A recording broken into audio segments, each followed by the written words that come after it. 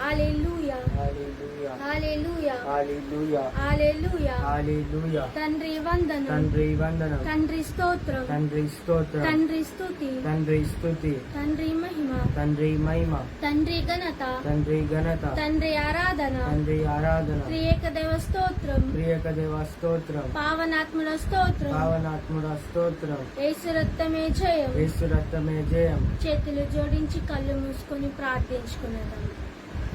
సదా కరుణించి కాపాడుతున్నావు నా పరమపిత నీ పరిశుద్ధ నామంలో కోట్లాది వందనాలు, స్తుతి, స్తోత్రం, మహిమ, ఘనత, ఆరాధన నీకే ప్రభువా.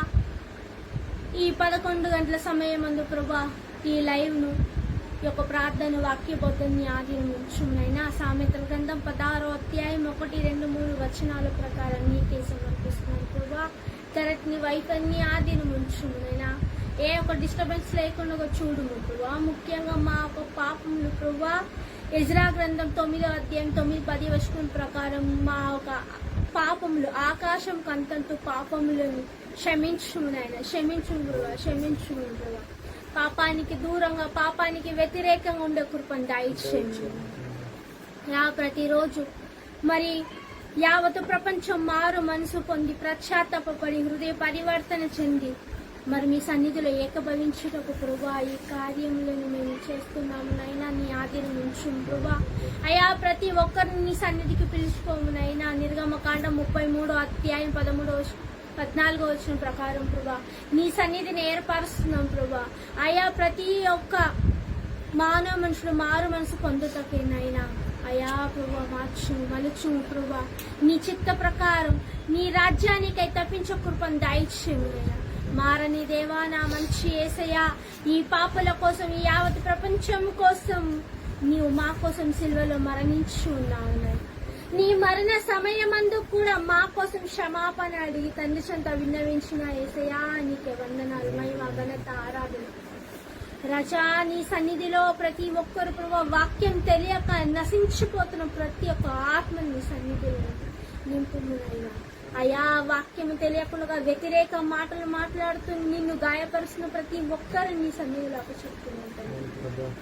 పరిశుద్ధుడా పరిశుద్ధుడా పరిశుద్ధుడా పరిశుద్ధుడా.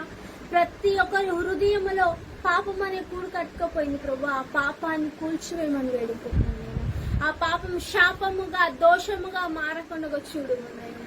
అయా ప్రభు ఆ పాప శాపాలు అనారోగ్యానికి పాలై మేము నలిగిపోకుండా చూడు. మేము చేసే పాపాల వల్లనే మేము అనారోగ్యంకు ఎన్నో సమస్యలకైనా విపత్తులకు గురి అవుతున్నాం ప్రభు. ప్రతీది తొలగించు. మా జ్ఞాన ఆత్మ శరీరం మా తల నుండి అరికాల వరకు మా అవని వాళ్ళు అపవాది క్రియలు ఏ ఉన్నాను తొలగించుమునైనా. నీ వాక్కుతో తొలగించుమునైనా. తొలగించు ప్రభా. బండలాంటి హృదయాన్ని మార్చుమునైనా. మార్చు ప్రభా. ఎజికేల్ గ్రంథం 36వ అధ్యాయం 26వ వచనం ప్రకారం రాతి గుండను తీసి ప్రభా నువ్వు మాంసపు గుండను పూడుస్తాను. స్తోత్రం ప్రభా. అయా నీ సన్నిధిలో మేము నిలబడుతున్నాము నాయనా. అయా నువ్వు మాకన్నా ముందుగానే ఉండి ప్రభా నేను స్తుతిస్తూ ఆరాధిస్తున్నప్పుడు ప్రభా యోహాను సువార్త మరి 24వ అధ్యాయం 4వ వచనం ప్రకారం ఆత్మీయ తండ్రి ఆత్మస్వరూపుడైన దేవా మమ్మల్ని స్వస్థపరచుటకు వేచి ఉన్నావు. మేము నీకై వేచిలేని కనికరని మూర్ఖులం ప్రభా. మార్చుమునైనా. మార్చుము ప్రభా. ప్రతి ఒక్క యవనస్థ అమ్మాయిల అబ్బాయిలు లోకమన్న ఆశలు పడి అయ్యా వారి హృదయం సైతాన్ పాలవుతుంది. అలాంటి బిడ్డలన్నీకి సమర్పిస్తున్నాను నాయన. ఒక్కరోజు బిడ్డ నుండి వృద్ధుల వరకు నీకై సమర్పిస్తున్నాను ప్రభా. ప్రతి ఒక్కరు నీ బిడ్డలనైనా వారిని నువ్వు పరిపాలించాలి కానీ సైతానుడు కాదు ప్రభా. అయా నిత్యం నిరంతరం నీ సన్నిధిలో ఏకభవించే శక్తిని మాకు దయచేయి, బలమును దయచేయం ప్రభా. మాలో ఉన్న బలహీనతలని నజరేయుడైన యేసు నామములో తొలగించు ప్రభా. మాంత్రిక తాంత్రిక అపవాది శక్తుల నుండి మమ్మల్ని నజరేయుడైన యేసు నామములో రక్షించు ప్రభా. అయ్యా మా గురించి మాట్లాడే ప్రతి ఒక్కరిని నువ్వు మార్చు. నిన్ను పట్టించుకోకుండా విచ్చలవిడిగా తిరుగుతున్న వారి అందరినీ మార్చుము ప్రభా. తాగుడన్న మైకంలో పడిపోతున్నారు. ఉద్యోగం ఉన్నా ఉద్యోగం చేసుకోకుండా ప్రభా సైతానుకు చోటిస్తున్న ప్రతి హృదయాలను నీకే అర్పిస్తున్నాను. సమాధానం దయచేయం ప్రభా. సమాధానం దయచేయము అయినా. నీ సమాధానం ప్రతి ఒక్క బిడ్డ హృదయం నిలుపుతుంది. అయ్యా నీ సన్నిధిలో ప్రతి ఒక్క బిడ్డ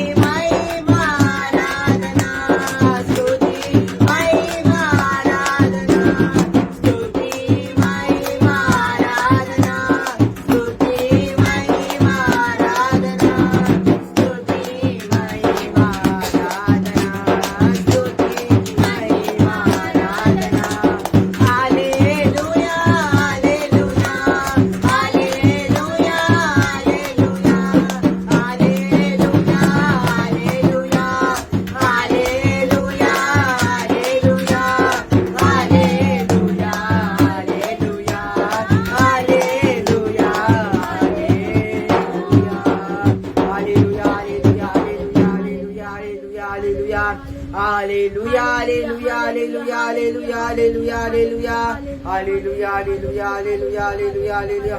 స్తోత్రం స్తోత్రం స్తోత్రం స్తోత్రం ప్రభా.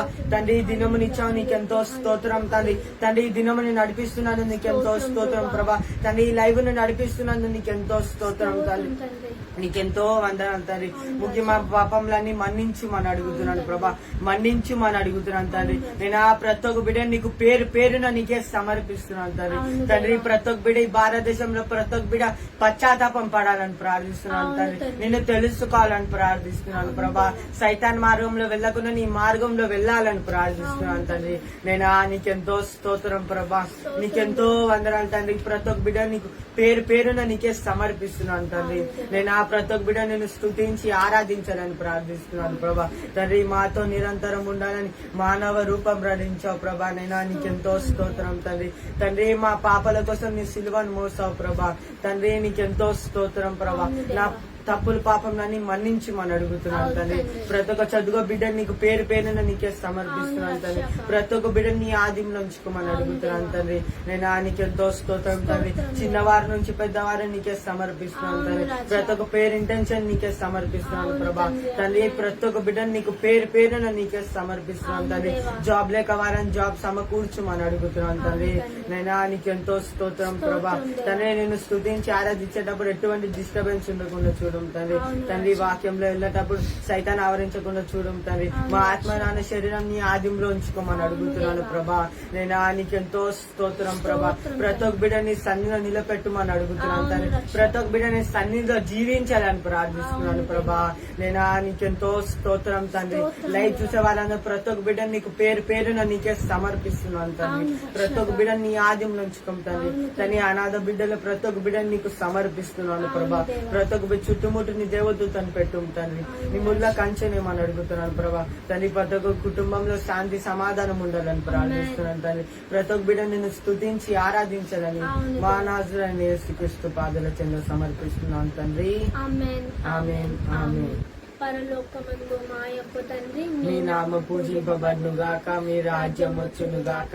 మీ చిత్తం పరలోకం నెరవేరినట్టు భూలోకం నెరవేరును గాక. నానాటి కావాల్సిన వాళ్ళు మా నీటి ఇవ్వండి. మా మీరు మన్నించినట్టు మా అప్పులన్నీ మన్నించండి. వంశోధన బలసుకుండా నుంచి రక్షించండి. ఆమేన్. దేవర ప్రసాదం చేత నిండిన మరియమ్మ వందనము. వారు మీతో ఉన్నారు. స్త్రీలు ఆశించున్నారు మీరే. ఫలమందు చేస్తూ ఆశీర్వదించిన మాత పాపత్ల మా కొడుకు ఇప్పుడు మనసం ప్రార్థించండి. ఆమె దేవర ప్రసాదం చేత నిండిన మరియమ్మ వందనము. ఏలిన వారు మీతో ఉన్నారు. స్త్రీలు ఆశీర్వదింపబడ్డవారు మీరే. మీ గర్భఫలమందు చేస్తూ ఆశీర్వదింపబడ్డవారు. పరిశుద్ధ మరియమ్మ సర్వేశ్వర మాత పాపత్ల మా కొడుకు ఇప్పుడు మనసం ప్రార్థించండి. ఆమె దేవర ప్రసాదం చేత నిన్న మరియమ్మ వందనము. ఏలిన వారు మీతో ఉన్నారు. స్త్రీలలో ఆశీర్వదింపబడ్డవారు మీరే. మీ గర్భఫలమందు చేస్తూ ఆశీర్వదింపబడ్డవారు. పరిశుద్ధ మరియమ్మ సర్వేశ్వరి మాత పాపత్ల మా కొడుకు ఇప్పుడు మనసం ప్రార్థించండి. ఆమె పితా పుత్ర పవిత్రాత్మకు మహిమ కలుగుగాక. ఆదిలో కలిగినట్టు ఇప్పుడు ఎప్పుడు సదాకాలం కలుగుగాక. ఓ నా యేసువా పాపత్ర పాపం క్షమించి మన నరకాన్ని కాపాడు. కృపారక్షణను చేర్చండి. ఆమేన్. Praise the Lord. Praise the Lord. Praise the Lord. Praise the Lord. Hallelujah. Hallelujah. Hallelujah. Praise the Lord. Praise the Lord. Praise the Lord. Praise the Lord. Hallelujah. Hallelujah. Hallelujah. Hallelujah. Praise the Lord. Praise the Lord. యేసువా వందనం. యేసువా వందనం. యేసువా స్తోత్రం. యేసువా స్తోత్రం. ఆత్మదేవా వందనం. ఆత్మదేవా వందనం. ఆత్మదేవ స్తోత్రం. ఆత్మదేవా స్తోత్రం. Praise the Lord. Praise the Lord. Hallelujah. దైవ జనమా క్రిస్తుని సంగమా యేసుని అపారమైన కృప ఆయన మహిమ ఆయన సన్నిధిలో జీవించిన నా ప్రియ సహోదరి సహోదరులారా, ప్రభు పేరిట శుభాభివందనాలని అందరికీ కూడా. మీరు బాగున్నారని ప్రభు పేరిట అందరూ వాక్కు లోబడుతున్నారని నమ్ముచు ఈరోజు వాక్య భాగం మనం ప్రారంభిద్దాం. నిన్నటి వాక్య భాగము దాని తర్వాయి భాగం ఈరోజు. అంశం ఏమనగా, ప్రభు మన పాపాలను మర్చిపోతాడు కానీ ఈ ప్రజలు మన పాపాలు మర్చిపోరు. ఎందుచేత? Why? God has forgiven us. God will not remember our sins, then why our co-human being is remembering our sins, and why he is holding our sins in his life? Why this is happening and how to correct them? That is what today's topic. Yesterday it was part 1, today's part 2 in Telugu. నిన్నటి అంశము మొదటి భాగము, ఈనాటి అంశము రెండో భాగం. నిన్నటి మన భాగం మనం చూసాం 2 సామువేలు 18వ అధ్యాయము 6 నుండి 11వ వచనం వరకు మనం చూసాం. 2 సామువేలు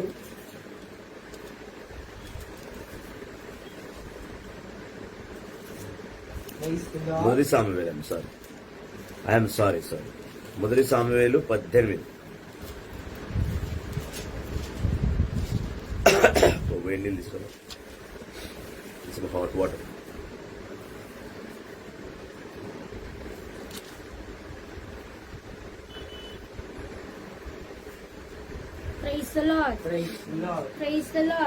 మొదటి సామువేలు 18వ అధ్యాయం 10వ వచనం చదవండి. పాత నిబంధన మొదటి సామువేలు గ్రంథం 18వ అధ్యాయం 10వ వచనం. ఆ మరుసటి రోజు దేవుడు దుష్టాత్మ సౌలును ఆవరించెను. అతడంతటా నుండగానే మికట వెర్రి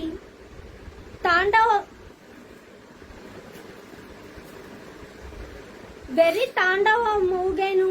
అప్పుడు దావీదు ఎప్పటి వలనే సితార పుచ్చుకొని వాయించుచుండెను. సౌలు చేతిలో ఈటె కలదు. దానితో అతడు దావీదును పొడచి గోడకు గుచ్చవలయును అనుకొని తలపై ఈట విసిరేను. కాని దావీదు 2 మార్లు సౌలు ఎదుట నుండి తప్పించుకొనేను. యావే సౌలును విడనాడి దావీదుకు తోడాయెను. అందుచే అతడు దావీదును చూచి భయపడజూచెను. సౌలు అతనిని తన ఇంటి బలగము నుండి తొలగించి 1000 మంది సైనికులు అధిపతిని చేసెను. దావీదు వారికి నాయకుడై కార్యములు నిర్వహించెను. ఇది ఏలిన వారి యథార్థమైన సత్యము. క్రిస్తువానికి స్తుతి మహిమ కలుగునుగాక. Praise the Lord. నిన్న మనం చూసినట్టు సౌలు దేవుని ఆత్మను కోల్పోయిన వెంటనే దేవుడే ఒక సైతాన్ని సౌలులోకి పంపించి సౌలుని ఇబ్బంది పెట్టడం మొదలుపెట్టాడు. ఎప్పుడైతే సౌలు సైతాను ద్వారా బాధింపబడుతూ, సైతాన్ ఎప్పుడు సౌలులోకి వచ్చేదో సౌలు పిచ్చి వల్ల ప్రవర్తిస్తాడు, అరుస్తాడు, ఉరుకుతుంటాడు, ఇవన్నీ చేస్తుంటాడు. కానీ ఎప్పుడు సౌలు చేతిలో ఒక బల్ల పెట్టుకునేవాడు. ఎందుకంటే కపట బుద్ధి. ఎప్పుడైతే సౌలు నుంచి దేవుని ఆత్మ తొలగిపోయి సైతాన్ ఆత్మ సౌలులోకి వచ్చిందో, సౌలు సైతాన్ చెప్పడం బట్టే నడుస్తున్నాడు, సైతాన్ క్రియల్ని బట్టే సౌలు నడుస్తున్నాడు. కానీ దేవుడు దావీదుతో ఉన్నాడు. ఆ నిమిషంలో దేవుడు దావీదుతో ఉన్నాడు. ఎప్పుడైతే దావీదు దేవుని ఆత్మ కలిగి ఉన్నాడో, సౌలు ఏమనుకున్నాడు, ఈ దావీదు చిన్నవాడైనా దొలితను చంపాడు కాబట్టి వీడు నాకన్నా బలవంతుడుగా అయిపోతే గనక ప్రజలు నన్ను రాజుగా ఒప్పుకోకుండా దావీదుని ఎక్కడన్నా రాజుగా ఒప్పుకుంటారేమో, కావున నేను దావీదుని చంపాలని కోరుకున్నాను. ఒక మర్డర్ ప్లానింగే చేశాడు సౌలు. అయితే ఆ ప్లాన్ ఎలా రచించుకున్నాడంటే, తనకు దయ్యం పట్టినప్పుడల్లా దావీదు తన ముందే కూర్చొని సితారా వాయిస్తూ ఉంటాడు. ఆ దయ్యాన్ని వెళ్ళగొట్టాడు. ఎప్పుడైతే వాడు వాయిస్తున్నా అటువంటి సమయంలో నేను ఆ దయ్యం నా మీదకి వచ్చినప్పుడే నేను బల్లను తీసి దావీదు మీదకి విసిరితే దావీదుకి ఆ బల్ల పొడుచుకొని ఆ బల్ల పోయి గోడలో గుచ్చుకుంటాడు. దావీదు చనిపోయిన తర్వాత ఎవరన్నా వచ్చి సౌలుని అడిగితే, నేను చంపలేదు, నా మీద ఉన్న దయ్యం దావీదుని చంపించింది అని చెప్పడానికి సౌలు ఒక ప్లానింగ్. సౌలు ఎంత వెర్రివాడు చూడండి. ఫస్ట్ ఆఫ్ ఆల్ దయ్యం తన మీద ఉన్నప్పుడే దావీదు చేయాలి అంటే దావీదులో దేవుని ఆత్మ లేకుండా సైతానాత్మ ఉండి ఉండాలి. దావీదులో సైతానాత్మ లేదు, దేవుని ఆత్మ ఉంది. రెండో విషయం ఏంటంటే సౌలు గమనించలేకపోయాడు, దేవుడు నన్ను సాతాను ద్వారా వేధిస్తున్నాడు, నేను దేవుని ఆత్మను కోల్పోయాను. చాలా క్లుప్తంగా చాలా గొప్ప విషయం ప్రతి ఒక్కరికి తెలవాలి. ఆ లైవ్ లో ఉన్న వారికి, ఇక్కడ కూర్చున్న వారందరికీ కూడా. ఎప్పుడైతే నీలో ఒక అనారోగ్యము బాగా పట్టి నిన్ను పీడిస్తుందో, ఎప్పుడైతే దేవుడు నిన్ను శ్రమల మధ్య నడిపిస్తాడో, కష్టాల మధ్య నడిపిస్తున్నాడో, దేవుడు నిన్ను పరీక్షిస్తున్నాడో, సైతాన్ని నిన్ను శోధిస్తున్నాడో, నువ్వు గమనించాల్సిన విషయం వల్ల ఒకటి బాగా డీప్ గా వెళ్ళి చూడాల్సిన విషయం ఏంటంటే, ఎక్కడో నువ్వు దేవుని ఆత్మతో కలిసి దేవుని ఆత్మ ఎక్కడో నీ నుంచి విడిపోయి ఉంటుందేమో అనే ఒక గమనార్థకము నీలో ఉండాలి. నువ్వు గమనించాలి. ప్రతి మనిషి ఇది చేయడు. ఒక అనారోగ్య వ్యక్తి ఒక అనారోగ్య పడ్డాడంటే ముందు డాక్టర్ దగ్గరికి వెళ్తాడు. డాక్టరే వాడికి ఆప్షన్, డాక్టరే వాడికి మందు మాపు, డాక్టరే వాడికి సర్వం. ఓకే, కష్టం వస్తే ఆ కష్టాన్ని ఎదుర్కోవడానికి నీకు అప్పు కావాలి, ముందు అప్పుల ధర పరిగెడతావు. సమస్యకు పరిష్కారం వెతుకుతున్నావే కానీ ఈ సమస్య ఎక్కడి నుంచి వచ్చింది, ఈ సమస్య పూర్తిగా తీసేవాడు ఎవరు అని నువ్వు గమనించట్లేదు. అలా గమనిస్తే నువ్వు అప్పుల పాలు కావు, అలా గమనిస్తే నువ్వు అనారోగ్య పాలు కావు. ఎందుకంటే సమస్తమును సర్వమును చేయువాడు నీ తండ్రిని యెహోవా. నీ యందు జాగ్రత్త వహించి నేను కాపాడుకునేది నీ యెహోవా. నీ కష్టమును, నీ కన్నీరులను, నీ దుఃఖమును, నీకు సాయమును తూర్పు దిక్క పడమర దిక్క మరి ఎటు దిక్కు నుంచి నా సాయం వచ్చేది నువ్వు ఎదురు చూసినప్పుడు దేవుడు స్వయంగా నీ వద్దకు వచ్చి నీకు సాయం చేసేది నీ దేవుని యెహోవా.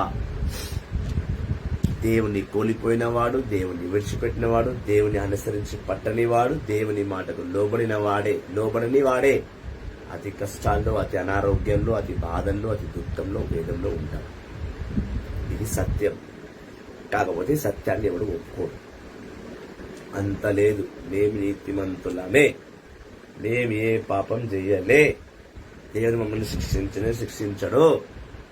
ఎందుకు శిక్షిస్తాడు? నేను 24 hours ప్రేయర్ చేస్తున్నా, సోమవారము మరియమాత గుడికి పోతా, మంగళవారం అంతోని వారి దగ్గరికి పోతా, బుధవారం ఇంకో సెబాస్టియన్ దగ్గరికి పోతా, గురువారము ఇన్ఫన్ జీసస్ దగ్గరికి పోతా, ఫ్రైడే డివైన్ మర్సీకి పోతా, సాటర్డే మరియమాత చర్చ్ ఖైరతాబాద్కి పోతా, సండే నా విచారణకు పోతా. 7 రోజులు నేను దేవుని దగ్గర తిరుగుతున్నా. 24 hours నేను దేవుని ప్రార్థిస్తున్నా, స్తుతిస్తున్నా, ఆరాధిస్తున్నా, చాయ్ బ్రెడ్ పంచుతున్నా, అన్నం పెడుతున్నా, సాయం చేస్తున్నా. నువ్వు చేసినవన్నీ చెప్పుకోవడానికి చేస్తున్నావు అనుకుందాం. ఇంతకీ దేవుడు నీకేం చెప్తున్నాడు అది నీకు తెలుసా? ఫస్ట్ ఆఫ్ ఆల్ ఇచ్చినవన్నిట్లో దేవుడు ఇవన్నీ కోరుకుంటున్నాడు, అది నీకు తెలుసా? చర్చికి వెళ్ళమని దేవుడు చెప్పాడు. వెళ్తే ఏం చేయాలట తెలుసా నీకు? వారానికి గుడి, రోజుకు గుడికి పోతున్నావు. ఆ గుళ్ళను ఏం నేర్చుకుంటున్నావు? పోయి ఏం చేస్తున్నావు? గుళ్ళ విగ్రహాన్ని ముద్దు పెట్టొస్తుంది, లైన్లో నిలబడి.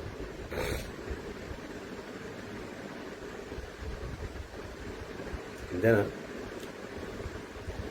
ఎప్పుడైనా అంతోని వారు గుడికి పోతావు, అంతోని వారు విగ్రహం చేయబెట్టే ముందు, అంతోని వారా నువ్వు ఎలా యేసు ప్రభుని నీ ఒళ్ళో తీసుకున్నావో, నేను అది తీసుకొచ్చినా ప్రభు అని అడిగావా? ఆయన్ని అంతోని వారు భక్తులతో మాట్లాడుతున్నారు. అంతోని వారు ఒక్క అబద్ధం మాట్లాడకుండా జీవితకాలం 4 పవర్ఫుల్ టంగ్ అనేది. ఇది అంతోని వారి దగ్గరికి వెళ్ళిన వారికి అద్భుతాలు జరగకుండా పోదానంటే ఆయన నీతి గల మాట దేవుని మెప్పించింది. నన్ను అంత నీతిగా బతుకుతుండవా? ఓలో చెప్పండి, నీతి బతుకుతున్నావా? అంత బదలాన్ని చేస్తున్నావు. పాపం గుడికి పోవద్దనలే ఎవరు, ఓ కానీ ఏ ప్రవక్తని, ఏ సేవకుడిని నమ్ముచున్నావో, ఏ సెయింట్ని నమ్ముచున్నావో ఆయనలాగునే నువ్వు జీవించుచున్నావా అనేది ప్రధానమైన విషయం జీవితంలో. ఇక్కడ సౌలు దేవుని ఆత్మను కోల్పోయాడు, దావీదు దేవుని ఆత్మ కలిగి ఉన్నాడు. ఎప్పుడైతే సౌలు 2 సార్లు మరణం గురించి అతను చంపాలని ప్రయత్నించాడో, దావీదు 2 సార్లు తప్పించుకున్నాడు. దేవుడు దావీదుని తప్పించాడు. దేవుని ఆత్మ దావీదులో ఉంది కాబట్టి దేవుడు దావీదు తప్పించుకొని బయటపడ్డాడు. సౌలు వెర్రివాడయ్యాడు. సౌలు ఏం చేశాడు? ఈసారి రెండో ప్లాన్ వేశాడు. ఏం చేశాడు? వీడిని ఇక్కడ కూర్చొని పెట్టడం కన్నా వీడిని తీసుకెళ్లి సోల్జర్స్ గ్రూప్ లో కలపాలి. అంటే యుద్ధ రంగంలో కలిపేస్తే ఎదుటోడి దేశంలో యుద్ధానికి వెళ్ళినప్పుడు వీడు చచ్చిపోతాడు, నేను పర్మనెంట్ రాజుగా ఉంటాను. సౌలు ప్లాన్. దావీదుని అదే గ్రూప్ లో చేర్చాడు. దావీదు వెళ్లి సైనికుల గ్రూప్ లో చేరాడు. యుద్ధాలు చేయడం మొదలుపెట్టాడు. ఎంత మొదలుపెట్టాడు అంటే దావీదు ఒక మంచి సైనిక వీరుడుగా మారిన తర్వాత సౌలు కుళ్ళు కుతంత్రాలు ఇంకా నడుస్తూనే ఉన్నాయి. దేవుడు ఒక రోజు సౌల్ని దావీదు చేతికి చిక్కించాడు. ఈ గ్యాప్ లో ఏమైందంటే, మొదటి సామెవేలు మీరు 20 నుంచి 24 దాకా చూస్తే ఏమైంది, మొత్తం చదవలేము, నేను చెప్తాను. ఏమైందంటే, సౌలు కుమారుడు జోతానుతో దావీదుకు మంచి స్నేహం ఏర్పడింది. తండ్రి ఏమో చంపాలనుకున్నాడు, సౌలు తండ్రి చంపాలనుకున్నాడు. కానీ సౌలు కుమారుడు జోతాను దావీదుకి మంచి స్నేహితుడు. ఆ జోతాను సౌలు భార్య నుంచి దావీదుని తప్పిస్తున్నాడు. తప్పించి దావీదుని వెళ్ళి ఒక గృహంలో దాక్కోమంటాడు. దావీదు వెళ్ళి ఒక గృహంలో దాక్కుంటాడు. గృహం అంటే ఇల్లు కాదు, కొండ, కేవ్. అటువంటి స్థలానికి సౌలు దావీదుని వెతుకుతున్నో లేదా దావీదు యుద్ధం చేయనికో వేరే యుద్ధాల్లో పాల్గొనదో, దావీదు కూడా సౌలు కూడా దావీదు ఉన్న చోటుకే కలుస్తాడు. దావీదు సౌలు ఇద్దరు ఒకే గృహంలో దాక్కొని ఉంటారు. ఈసారి దావీదు చేతికి సౌలు ఒంటరిగా దొరికాడు. అప్పుడు దయ్యం పట్టింది కాబట్టి సౌలు దావీదుని చంపాలనుకున్నాడు. ఇప్పుడు దావీదుగా కోపం ఉండాలిగా, నన్ను చంపాలనుకున్నాడు సౌలని. దావీదుగా కోపం ఉండాలి, దావీదుగా పగ ఉండాలి, దావీదుకి ఆ కక్ష ఉండాలి. సో ఇప్పుడు సౌలు ఒంటరిగా దావీదు చేతికి చిక్కాడు. దావీదు ఏం చేయాలి? సౌలుని చంపాలి. ఎందుకంటే సౌలు దావీదుని చంపాలనుకున్నాడు కాబట్టి ఇప్పుడు దావీదు చేతికి సౌలు చిక్కాడు. దేవుడే స్వయంగా సౌల్ని దావీదు చేతికి చిక్కేలా చేశాడని కూడా మనం అనుకుంటే కనుక వెంటనే దావీదు సౌల్ని చంపాలి. ఇక్కడ ఏమైంది చూస్తాం. మొదటి సామెవేలు 24వ అధ్యాయం 1 నుంచి 11 వచనం.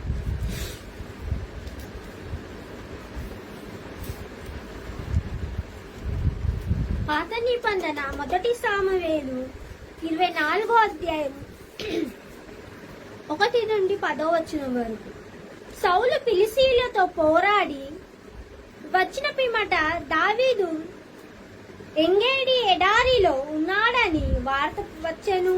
అతడు ఇజ్రాయెల్ నుండి 3000 మంది యూదులను ఎన్నుకొని దావీదును అతని బలగమును పట్టుకొనుటకై అడవి మేకల కొండలకు తూర్పు వైపుగా ప్రయాణమైపోయాను. అచట తవ్వచంత గొర్రెలు గోడలు కలవు. వాని తవ్వున కొండ గృహ ఉన్నది. సౌలు మరల విసర్జనమైనకై గృహ ప్రవేశించెను. అప్పుడు దావీదు కూడా అనుచరులతో ఆ గృహమంతే దాగి ఉండెను. సౌలు కుటుంబంగానే దావీదు బలగము వారు నేడు శత్రువులను నీ చేతికి అప్పగించేనని అతనిని నీ ఇష్టము వచ్చినట్టులా చేయవచ్చునని ప్రభు వచనము నెరవేరినది గదా అనిరి. అప్పుడు దావీదు మెల్లగా పోయి సౌలుకు తెలియకుండగానే అతని ఉత్తరీము చెంగును కత్తిరించుకొని వచ్చెను. కాని తరువాత దావీదు అట్టి పని చేసినందుకు మిక్కిలి చింతించెను.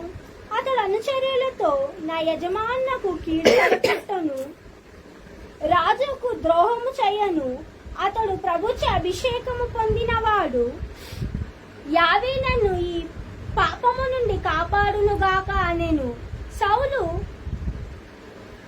సౌలు మీదకు పోవలదని దావీదు అనుచరులకు కఠినముగా శాసించెను. అంతటా సౌలు గృహ వెడలి ప్రయాణము సాగించుచుండెను. ఆమేన్. ఏమైంది? ఫస్ట్ టైం సౌలు దావీదుని బల్లతో పొడవడానికి ప్రయత్నించాడు, చంపడానికి ప్రయత్నించాడు. కానీ దావీదు చావలేదు.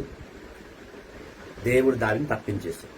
ఇప్పుడు ఈసారి ఏమైందంటే, దావీదు సౌలు రాజ్యాన్ని వదిలి ఒక గుహలో దాక్కున్నాడు. గుహలో భయంతో, చంపుతాడనే భయంతో దాక్కున్నాడు. అయితే ఇక సౌలు ఏం చేశాడు? దావీదుని వెతుక్కుంటూ మరియు ఫిలిస్తీన్లతో యుద్ధాన్ని చేయడానికి వెళుతూ, ప్లస్ దావీదు కూడా ఈ గృహంలో దాక్కున్నాడని తెలిసి దావీదుని చంపడానికే బయలుదేరాడు. అక్కడేమో డైరెక్ట్ గా దావీదుని చంపలేక సైతాన్ని అడ్డం పెట్టుకుని బలతో పొడవాలనుకున్నాడు. ఇక్కడ ఉద్దేశపూర్వకంగానే దావీదుని ఆ గుహంలో చంపడానికి సౌలు బయలుదేరాడు. ఎప్పుడైతే సౌలు బయలుదేరాడో దావీదు తెలుసు సౌలు అక్కడికి చేరుకున్నాడు. దావీదు స్నేహితులు దావీదు చేతి కింద ఉన్న పనివారందరూ ఏమన్నారంటే దావీదు సౌలు భలే చిక్కాడు నీ చేతికి, దేవుని మాట నెరవేరింది ఈరోజు. నీ శత్రువాడు నిన్ను చంపడానికి సాహసిస్తున్న వాడు నీ చేతికి ఒంటరిగా చిక్కాడు. కాబట్టి ప్రభు పేరిట ఇప్పుడు వీడిని చంపై పో అని స్నేహితులు ఎంకరేజ్ చేసి దావీదుని సౌలుని చంపడానికి పంపించాడు. దావీదు సౌలు దగ్గరికి వెళ్ళి, సౌలు పడుకున్నాడు. సౌలు పక్కనే ఒక ఈట బల్లం ఉంది. ఆయన పొడుగాటి డ్రెస్ వేసుకుంటాడు. రాజు లోపల ఫుల్ డ్రెస్ వేసుకున్నాడు. దావీదు డైరెక్ట్ గా సౌలు దగ్గరికి వెళ్ళి అతని చంపక తన డ్రెస్ కున్న ఒక చిన్న పీస్ కట్ చేసుకుని వచ్చేస్తాడు. తన డ్రెస్ నుంచి ఒక బట్ట ముక్కను కట్ చేసుకుని వచ్చేస్తాడు. వచ్చినాక ఈ స్నేహితులందరూ అడుగుతున్నారు, ఏం దావీదు, దేవుడే నీ శత్రుని చేతి చిక్కిస్తే నువ్వు చంపలేకపోయావు, ఎందుకు చంపలేదు? దావీదు అన్నాడు, అయ్యా సౌలు నాకన్నా ముందే దేవుని ద్వారా అభిషేకింపబడ్డ బిడ్డ. సౌలు ఒక రాజు, దేవుడు ఎన్నుకున్న రాజు. దేవుని బిడ్డ మీదకి నేను ఎలా దాడి చేయగలను? నేను కూడా దేవుని బిడ్డనే, నేను కూడా ప్రవక్త, నేను దావీదు అన్నాడు. ఆయన కూడా ప్రవక్త, నేను కూడా ప్రవక్త. ఆయన కూడా సేవకుడే, నేను కూడా సేవకుడే. నాతోటి సేవకుడు మీరు నేను ఇలా చేయగలను? అతను నా కీర్తన పెట్టాడు, అతను చంపాలనుకున్నాడు. అతనికి బుద్ధి లేదు, అతను దేవుని ఆత్మను కోల్పోయాడు. నేనెందుకు దేవుని ఆత్మను కోల్పోతా? నేనెందుకు దేవుని కోల్పోవాలి? నేనెందుకు చంపాలి? ఫస్ట్ ఆఫ్ ఆల్ ఒక వ్యక్తిని చంపడం కన్నా వాడిని మార్చడమే కదా మనకు కావాల్సింది. ఒక పాపి చేస్తే ఆ పాపిని వదిలేయడం కన్నా పట్టుకొని తనని మార్చడమే కదా దేవుడు మనకు నేర్పించింది. మరి దేవుని పక్కన పెట్టి మన వ్యక్తిగత పగలు, మన వ్యక్తిగత సమస్యలు తీసుకొని ఎదుటి వాడిని అటాక్ చేయడం ఎంతవరకు కరెక్ట్? దావీదు చేతికి సౌలు ఈజీగా చిక్కాడు. దావీదు చంపవచ్చు సౌలుని. కేవలం తన అభిషేకమైన బిడ్డ, తను దేవుని ద్వారా ఎన్నుకోబడ్డ రాజు అనే ఒక బహు గొప్ప కారణం వచ్చే దేవుని నామములో దేవుని మహిమపరచుటకు, దేవుని నామ నిమిత్తము, దేవుని యథార్థమైన సత్యమును ప్రూవ్ చేయడానికి దావీదు సౌలుని చంపక తన బట్టను కట్ చేసుకుని వెనకకి తిరిగాడు. దైవ బిడ్డల్లారా, మాట్లాడే ముందు ఎవరిని మాట్లాడుతున్నాం, ఎందుకు మాట్లాడుతున్నాం, ఏంటి అని తెలుసుకోండి. ప్రతి చోట ఆవేశం పనికిరాదు. కొన్ని చోట్ల ఆలోచన మనకి అవసరం.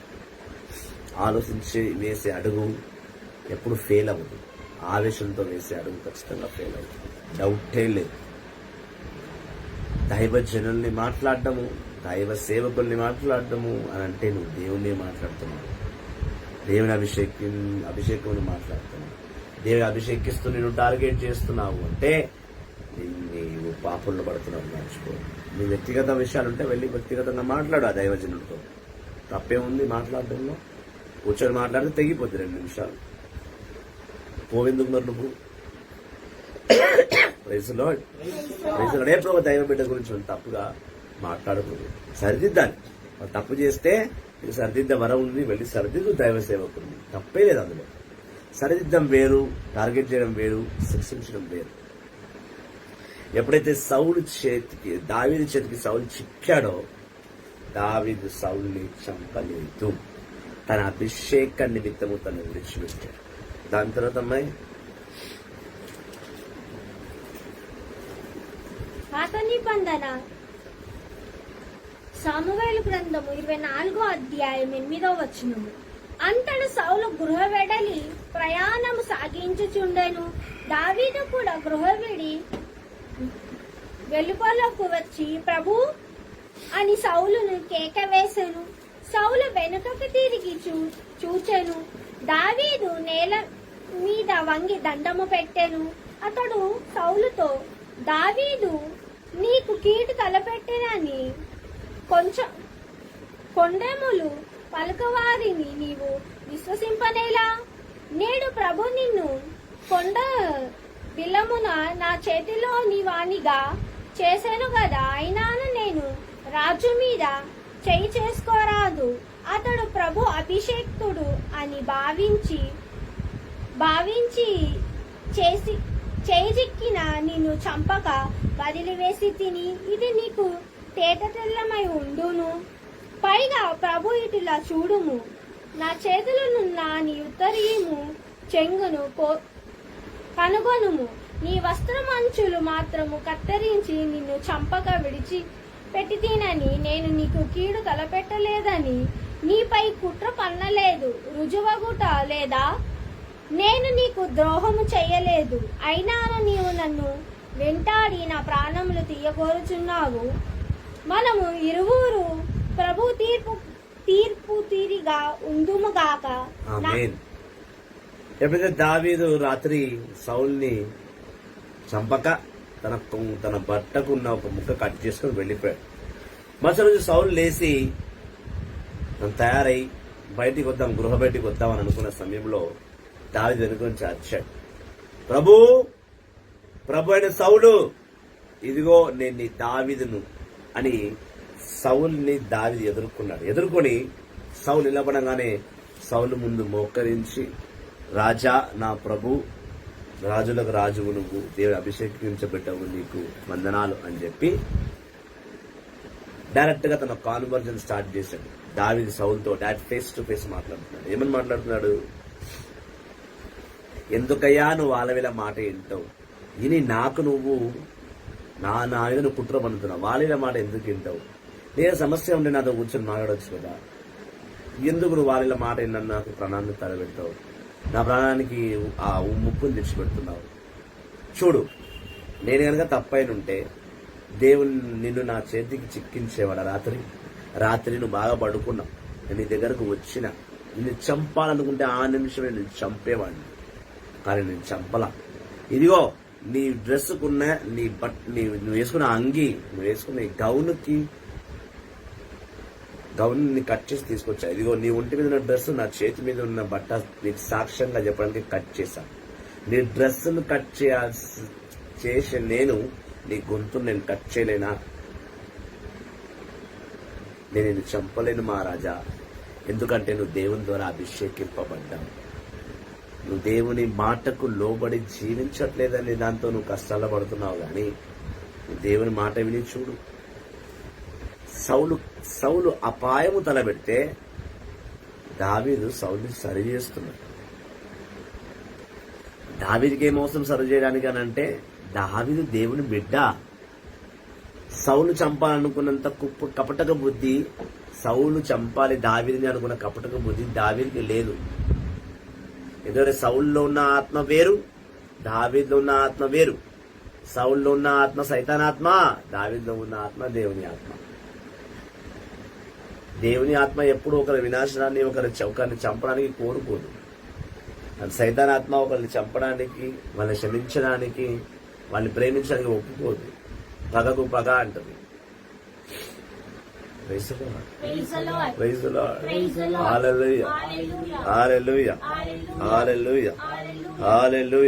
ప్రణవం చదమ్మా. మొదటి సామువేలు 24వ అధ్యాయం 12వ వచనం. మనకు ఇరువురు ప్రభువే తీర్పు తీర్చి ఉండునుగాక. మన ఇద్దరి మధ్య ఉన్న సమస్యకి ప్రభు తీర్పు చెప్పునుగాక. నేను చెప్పడం తీర్పు కరెక్ట్ కాదు, నీ వైపు నువ్వు అభిషేకించే బిడ్డవు కాబట్టి నేను అభిషేకించే బిడ్డనే. దావీదు అన్నాడు సౌలుతో, నేను అభిషేకించబడిన నువ్వు అభిషేకించే బిడ్డవే, కానీ నాకన్నా ముందు అభిషేకం పొందుకున్నావు కాబట్టి నేను నీ మీద తీర్పు విధించాను. నేను నిన్ను చంపను. నువ్వు నన్ను చంపాలనుకున్నావు, నేను నిన్ను చంపాలనుకోలేదు. నా చేతికి చిక్కినా నేను నిన్ను చంపలేదు, ఎందుకంటే నువ్వు అభిషేకించబడ్డ బిడ్డవు. నేను విడిచిపెడుతున్నావు, పో. మన ఇద్దరి మధ్యలో దేవుడు తీర్పు విధించాడు. చదువు.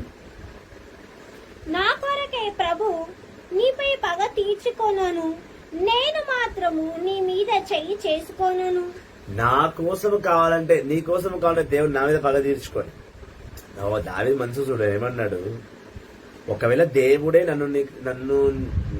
నాకు నిన్ను చేతిలో చిక్కించినా నేను చంపలేదు కదా, దానికి దేవుడు నన్ను శిక్షించినా పర్వాలేదు, కానీ నేను మాత్రం నిన్ను చంపా. అర్థమవుతుందా? కన్ఫ్యూజ్ అవుతున్నారా? దావీదు సౌలుతో అంటున్నాడు, అయ్యా ఒకవేళ నిన్న రాత్రి దేవుడు నాకు నిన్ను నా చేతిలో అప్పచెప్పి చంపు అని చెప్పిన తర్వాత నేను నిన్ను చంపలేదు సౌలు, నిన్ను చంపలేదు అన్న దానికి దేవుడు నన్ను శిక్షించినా కూడా నాకు పర్వాలేదు, నేను వదిలి నేను చంపా. దావీదు సౌలుతో అన్నాడు, నేను చంపకపోగా శిక్ష అనుభవించగా రెడీ. నేను ఎందుకు చంపలేదు అంటే, నువ్వు అభిషేకించబడ్డ బిడ్డవు, నేను నిన్ను చంపలేను. మన ఇద్దరి మధ్య దేవుడే తీర్పు విధించండి అన్నాడు దావీదు సౌలుతో. ఏదో సామెత చెప్పినట్లు దుష్టుల నుండి దౌర్జన్యం పుట్టుచున్నది, అయినానేమి నేను మాత్రము నీ మీదికి రాను. ఏదో సామెత చెప్పినట్టు దావీదు సామెత కూడా వాడాడు అక్కడ. ఏం సామెత మరి? దుష్టుడు దౌర్జన్యంగా పుట్టించుచున్నా. సామెత ఏంటంటే, దౌర్జన్యం ఎవరి నుంచి పుడుతుందంట అంటే దుష్టు నుంచి పుడుతుందంట. అదేదో సామెత చెప్పినట్టు. దౌర్జన్యం దుష్టు నుంచి పుట్టును, పాపము దుష్టు నుంచి పుట్టును, కోప క్రోధ మోహం దుష్టు నుంచి పుట్టును. ఇజ్రాయేలు రాజు ఎవరి వెంట పోవునో, ఎవరిని తరుముకొని వచ్చునో గ్రహించితివా? ఒక చిన్న కుక్కను అనుకొనుము, ఇక ఈగ అనుకొనుము,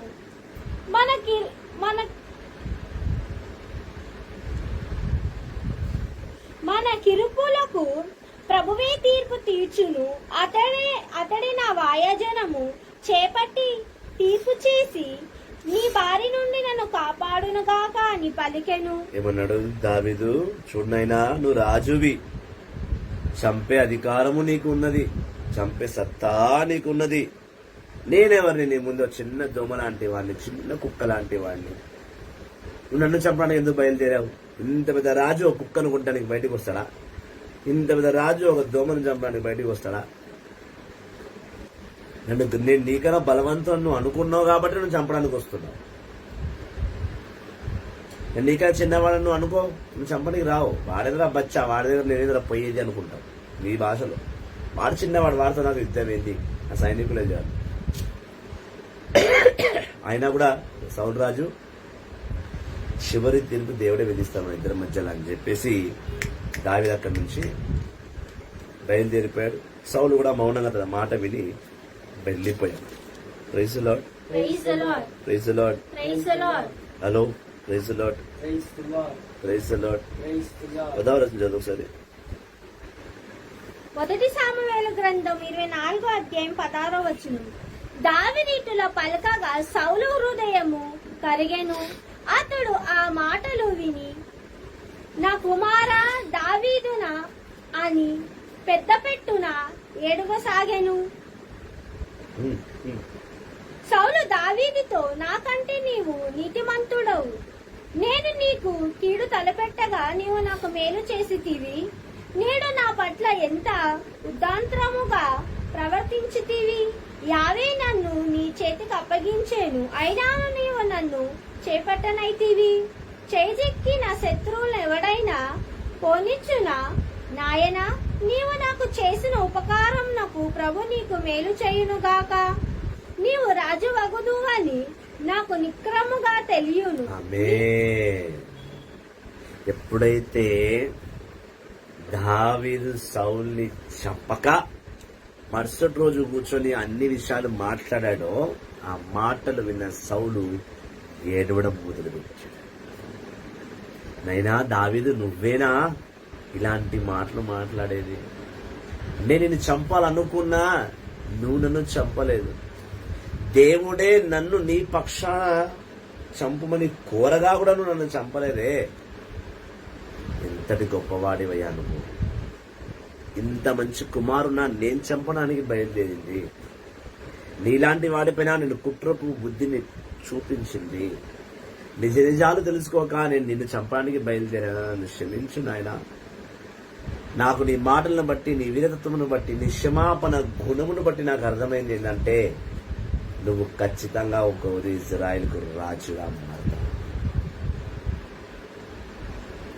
ఏ సౌలుకైతే దావీదు రాజు అవుతాడన్న భయము కలిగి, అసూయ కలిగి, ఏ సౌలైతే దావీదు చంపడానికి బయలుదేరాడో, అదే సౌలుతోటి దేవుడు దావీదుని నీవు ఇజ్రాయెల్కు రాజు అవుతావయ్యా అని ప్రవచించేలా చేశాడు.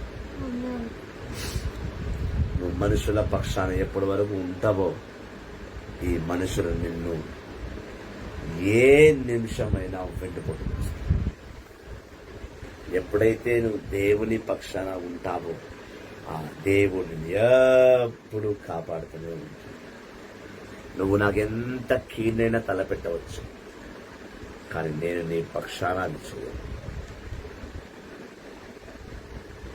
దావీదు స్వభావము, దావీదులో ఉన్న ఉన్నతమైన ఆలోచనలు, దావీదులో ఉన్నతమైన ఈ గుణము ప్రతి ఒక్కరిలో ఉంది. అందుకే యేసు అన్నాడు, ఎట్టివారినైనా, ఎట్టి పగవారినైనా సరే నువ్వు ప్రేమించాలి. ప్రేమతో ప్రజల్ని సాధించాలి. కక్షతోటి, ఆవేశంతో, పగతో కాదు నువ్వు వాళ్ళపైన సాధించే. ఇక్కడ దైవ బిడ్డలారా, దావీదు మాటలకు, దావీదు యథార్థమైన సత్యములకు సౌలు ఏడ్చి ఇదిగో నీవు ఇజ్రాయెల్కు రాజు అవుతావని ప్రవచించాడు. మంచిని మంచితోనే సాధించాడు, చెడును కూడా మంచితోనే సాధించాడు. నూతన నిబంధన యాకోబు గ్రంథం 2వ అధ్యాయంలో స్పష్టంగా రాయబడింది. నీకేమన్నా కీడు తలపెడుతున్నారా? నువ్వు వారికి తిరిగి కీడును తలపెట్టకు. నువ్వు తిరిగి వాడిని ప్రేమించు, ప్రేమతో సాధించు, కీడుతో కాదు. ఇదే సామువేలు, ఇదే మొదటి సామువేలులో 31వ అధ్యాయంలో చూస్తాం.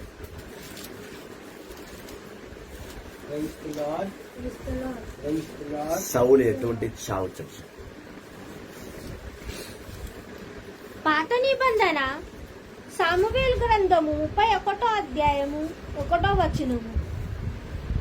ఇశ్రాయేలు ఫిలిష్తీయులతో పోరాడి, కాని ఫిలిష్తీయులు వారిని ఓడించి గిలబావ కొండ మీద మట్టు పెట్టిరి. ఫిలిష్తీయులు సౌలును అతని కుమారులను చుట్టుముట్టిరి. సౌలు తనయులైన యోతాను, అబినాదాబు, మెలివాషావ రణరంగమున కూలిరి. సౌలు చుట్టూ పోరు మారు మూగెను. కొందరు వీలుగాన్లు సౌలుపై బాణములు గుప్పించిరి. అతడు గాయపడి నేలపై కూలెను. సౌలు తన అంగరక్షకునితో, నన్ను నీ బాకుతో పొడిచి చంపుము, లేదని సున్నతి సంస్కారం లేని వారు నా మీద పడి వేలాకోలం చేద్దురు అనేను. కాని అతని అంగరక్షకుడు మిగిలి భయపడి అటుగైనాను కాలధర్మాయను. సౌలు తన కత్తిని చూసి దాని మీద పడి ప్రాణములు వదిలేను. యజమానుడు ఈ విధంగా ప్రాణములు విడుచుట చూచి సౌలు అంగరక్షకుడు కూడా తన సొంత కత్తి మీద పడి అసూలున బాసెను. ఆ రీతిగా సౌలు అతని ముగ్గురు కుమారులు అంగరక్షకుడు అందరు ఆనాడే ప్రాణములు కోల్పోయిరి. ఆమేన్. సౌలు ఎప్పుడైతే యుద్ధానికి వెళ్ళాడో, దావీదుతో మాట్లాడి వెళ్ళిన తర్వాత ఫిలిస్తీయుల దగ్గరికి యుద్ధానికి వెళ్ళాడు సౌలు. అక్కడ దేవుని ఆత్మ లేని సౌలు ఆ యుద్ధం చేయలేకపోయాడు. ఆ ఫిలిస్తీయులందరూ కూడా సౌలు కుమారుల్ని, ముగ్గురు కుమారుల్ని, జోతాను, అభినాబాబు, మెలషోయ, ఈ ముగ్గురిని ప్లస్ సౌల్ని చంపేశాడు. చాలా బాణాలు విస్తారు సౌలు మీద. సౌలు చివరి ప్రాణంలో ఉన్నాడు, చివరిసారి. సౌలు తన పక్కకు ఉన్న తనతో పాటు ఉన్న ఒక సోల్జర్తో, ఒక సైనికుడితో మాట్లాడుతూ, సైనికుడా, నేను ఈ అన్యుల చేతుల చావడం నాకు ఇష్టం లేదు. ఈ సున్నతి చేసుకోలేని ఈ అన్యుల చేత నేను చావడం నా పెద్ద అవమానం. నేను వాళ్ళ చేత చావడం కన్నా సున్నతి చేసుకున్న నీవు నా ఇజ్రాయేల్ జనాన్ని నీ చేత చావడం ఇష్టపడతా. దానిని వీరమరణం అనుకుంటా. కాబట్టి నన్ను చంపు. నేను ఈ కొన ఊపిరితో కొట్టుకుంటున్నా, నేను చావలేకపోతున్నా. అట్లా నేను బ్రతకదలుచుకోలేదు. నేను పాపం చేశాను, అందుకే దేవుడు నన్ను శిక్షించాడు. కాబట్టి శిక్షించడానికి విడుదలేపు. నేను నా శత్రుల చేత, అన్యుల చేత సున్నతి చేయించుకోలేని వారి చేత చావడం కన్నా, సున్నతి చేసుకున్న నీవు నా కొరకు యుద్ధం చేసావు, నా గురించి ఎన్నోసార్లు దెబ్బలు తిన్నావు, కాబట్టి సైనికుడు నీ చేత నేను చావడానికి సిద్ధంగా ఉన్నా అని సౌలు తన సైనికుడితో రిక్వెస్ట్ చేసుకున్నాడు. అది సైనికుడు రాజు ఎలా చంపగలుగుతాడు? ఒకరు చంపాలని ఎవరైనా చూశారనుకోండి, ఆ సైనికుని ఎవరైనా చంపితే, సో ప్రాణ భయముతో ఆ సైనికుడు సౌల్ని చంపలేకపోయాడు. కానీ సౌలు ఏం చేశాడు? తన కత్తినే తన ముందు పడేసుకొని ఆ కత్తికి వెళ్లి తన తలను వధించుకున్నాడు. దీనికి రెండు అర్థాలు వస్తాయి. ఒకటి, సౌలు సూసైడ్ చేసుకున్నాడా, లేదా సౌలు వీరమరణం పొందాడు. ఇది సూసైడ్ అనలేం. ఎందుకు సూసైడ్ అనలేమంటే, ఒక యుద్ధములో ఒక అపవిత్రమైన వాడి చేత చావడం కన్నా సున్నతి చేసుకున్న నాకు నేను వీరమరణం పొందడం. మిలిటరీకి చాలా మంది వెళ్తారు మన దేశం తరఫున. పక్కోటి దేశంలో మన వాళ్ళు చేస్తుంటారు, మన వారి చేతిలో పక్కోటి చేస్తుంటారు. ఇప్పుడు వాంటెడ్లీ యుద్ధం మన ఇండియా బార్డర్లకు పోయి నిలబడ్డాడు, తెలుసు వాడికి యుద్ధం ఆపోజిట్ కంట్రీ వాడు మనం అటాక్ చేస్తారు, కానీ మనకు కావాలని నిలబడ్డాడు. ఎందుకు? మన భూమిని కాపాడడానికి, మనల్ని మనం రక్షించుకోవడానికి నిలబడ్డాడు. వాడికి ఎదురుపడ్డాడు. It doesn't mean that he went to suicide himself. He join army to suicide himself. తనకు తాను మిలిటరీలో జాయిన్ అయింది సూసైడ్ చేసుకోవడానికి వెళ్ళాలని కాదు, వీర మరణం పొందడానికి పోయాడు. తన సైన్యమును, తన దేశాన్ని కాపాడుకోవడానికి పోయాడు. సో ఈ సౌలు కూడా ఫిలిస్తీన్ల పైన యుద్ధం చేసి తన ఇజ్రాయెల్ కాపాడుకోవడానికి పోయాడు. కాబట్టి సౌలు మరణాన్ని నువ్వు సూసైడ్ గా చూడలేవు, వీర మరణంగానే చూడాలి. Praise the Lord. Hallelujah, hallelujah. యేసువా వందనం, యేసువా స్తోత్రం. ఇటు విధంగా సౌలు చనిపోయాడు. ఒకసారి మనం 2 సామువేలు 1వ అధ్యాయం, 2 సామువేల్ chapter 1 6-11 చూద్దాం.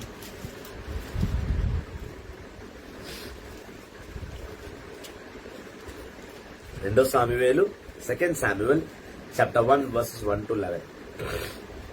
పాత నిబంధన 2 సామువేలు 1వ అధ్యాయం 1వ వచనం. సౌలు మరణించాడు. దావీదు అమోనీయులను తనుమాడి సికాలాగు నగరమునకు తిరిగి వచ్చి అచట 2 నాళ్ళు గడిపాను. 3వ నాడు సౌలు పోరాడిన యుద్ధ భూమి నుండి దూత ఒక్కడు వచ్చెను. అతడు బట్టలు చించుకొనేను, తలపై దుమ్ము పోసుకొనేను. దావీదు ఎదుట రాగానే దూత నేల మీద పడి వంగి దండము పెట్టాను. ఈ వెసటి నుండి వచ్చితివి అని దావీదు ప్రశ్నించెను. అతడు, నేను ఇజ్రాయేలు శిబిరం నుండి వచ్చితిని, బ్రతికి బయట పడితీనని అనేను. దావీదు అతడిని ఏమి జరిగెను చెప్పుమనేను. అతడు, మనవారు యుద్ధము నుండి పారిపోయి చాలా మంది కూలిరి. సౌలు అతని కుమారు యోతాను మడసిరి అని చెప్పాను. సౌలు యోతాను మడిసిపరినని నీకెటులు తెలియను అని దావీదు ఆ సైనికుని అడిగాను. అతడు, నేను అప్పుడు గిలాబాన కొండ మీద నుంటిని, సౌలు తన ఈత మీద ఆనుకొని ఉండెను. అంతలోని శత్రు రథములు రౌతులు అతనిని చుట్టుముట్టెను. సౌలు చుట్టూను పడిరి. పరికరించి కొండపైనున్న నన్ను చూచి కేకే వేసెను. నేను చిత్తము ప్రభువు అంటిని. అతడు, నీవెవరివని నన్ను అడిగాను. నేను అమెనేకుని బదులుగా అని పలికి తిని. అతడు, నీవు ఇచ్చటికి వచ్చి నన్ను చంపివేయము. నా బృందులో ఇంకాను ప్రాణం ఉన్నది కదా, నేను మాత్రము సొమ్మసిల్లి పడిపోచున్నాను. అక్కడ జరిగినవన్నీ ఎప్పుడైతే దావీదు యుద్ధం చేసి వచ్చాడో, దావీదు దగ్గరికి ఆ వ్యక్తి వచ్చాడు, ఆ సైనికుడు వచ్చాడు. ఏ సైనికుడితోనే సౌలు మాట్లాడాడో, నన్ను చంపడానికి కూడా ఆ సైనికుడు వచ్చి దావీదుతో చెప్పాడు, ఇలా సౌలు చనిపోయాడు, సౌలు 3 కుమారులను చంపేశారండి అని చెప్పగానే దావీదు నమ్మలేకపోయాడు. నమ్మకపోగా జరిగింది చెప్పమని చెప్పి విచారముతో అడగగా, అప్పుడు అతను జరిగిందంతా ఏడ్చుకుంటూ, బట్టలు చించుకుంటూ, తలపైన దుమ్ము పోసుకుంటూ చాలా దుఃఖముగా సౌలు మరణ వార్తను దావీదుకి చెప్పాడు. దావీదు ఏం చేశాడు? 10-11 చదువు.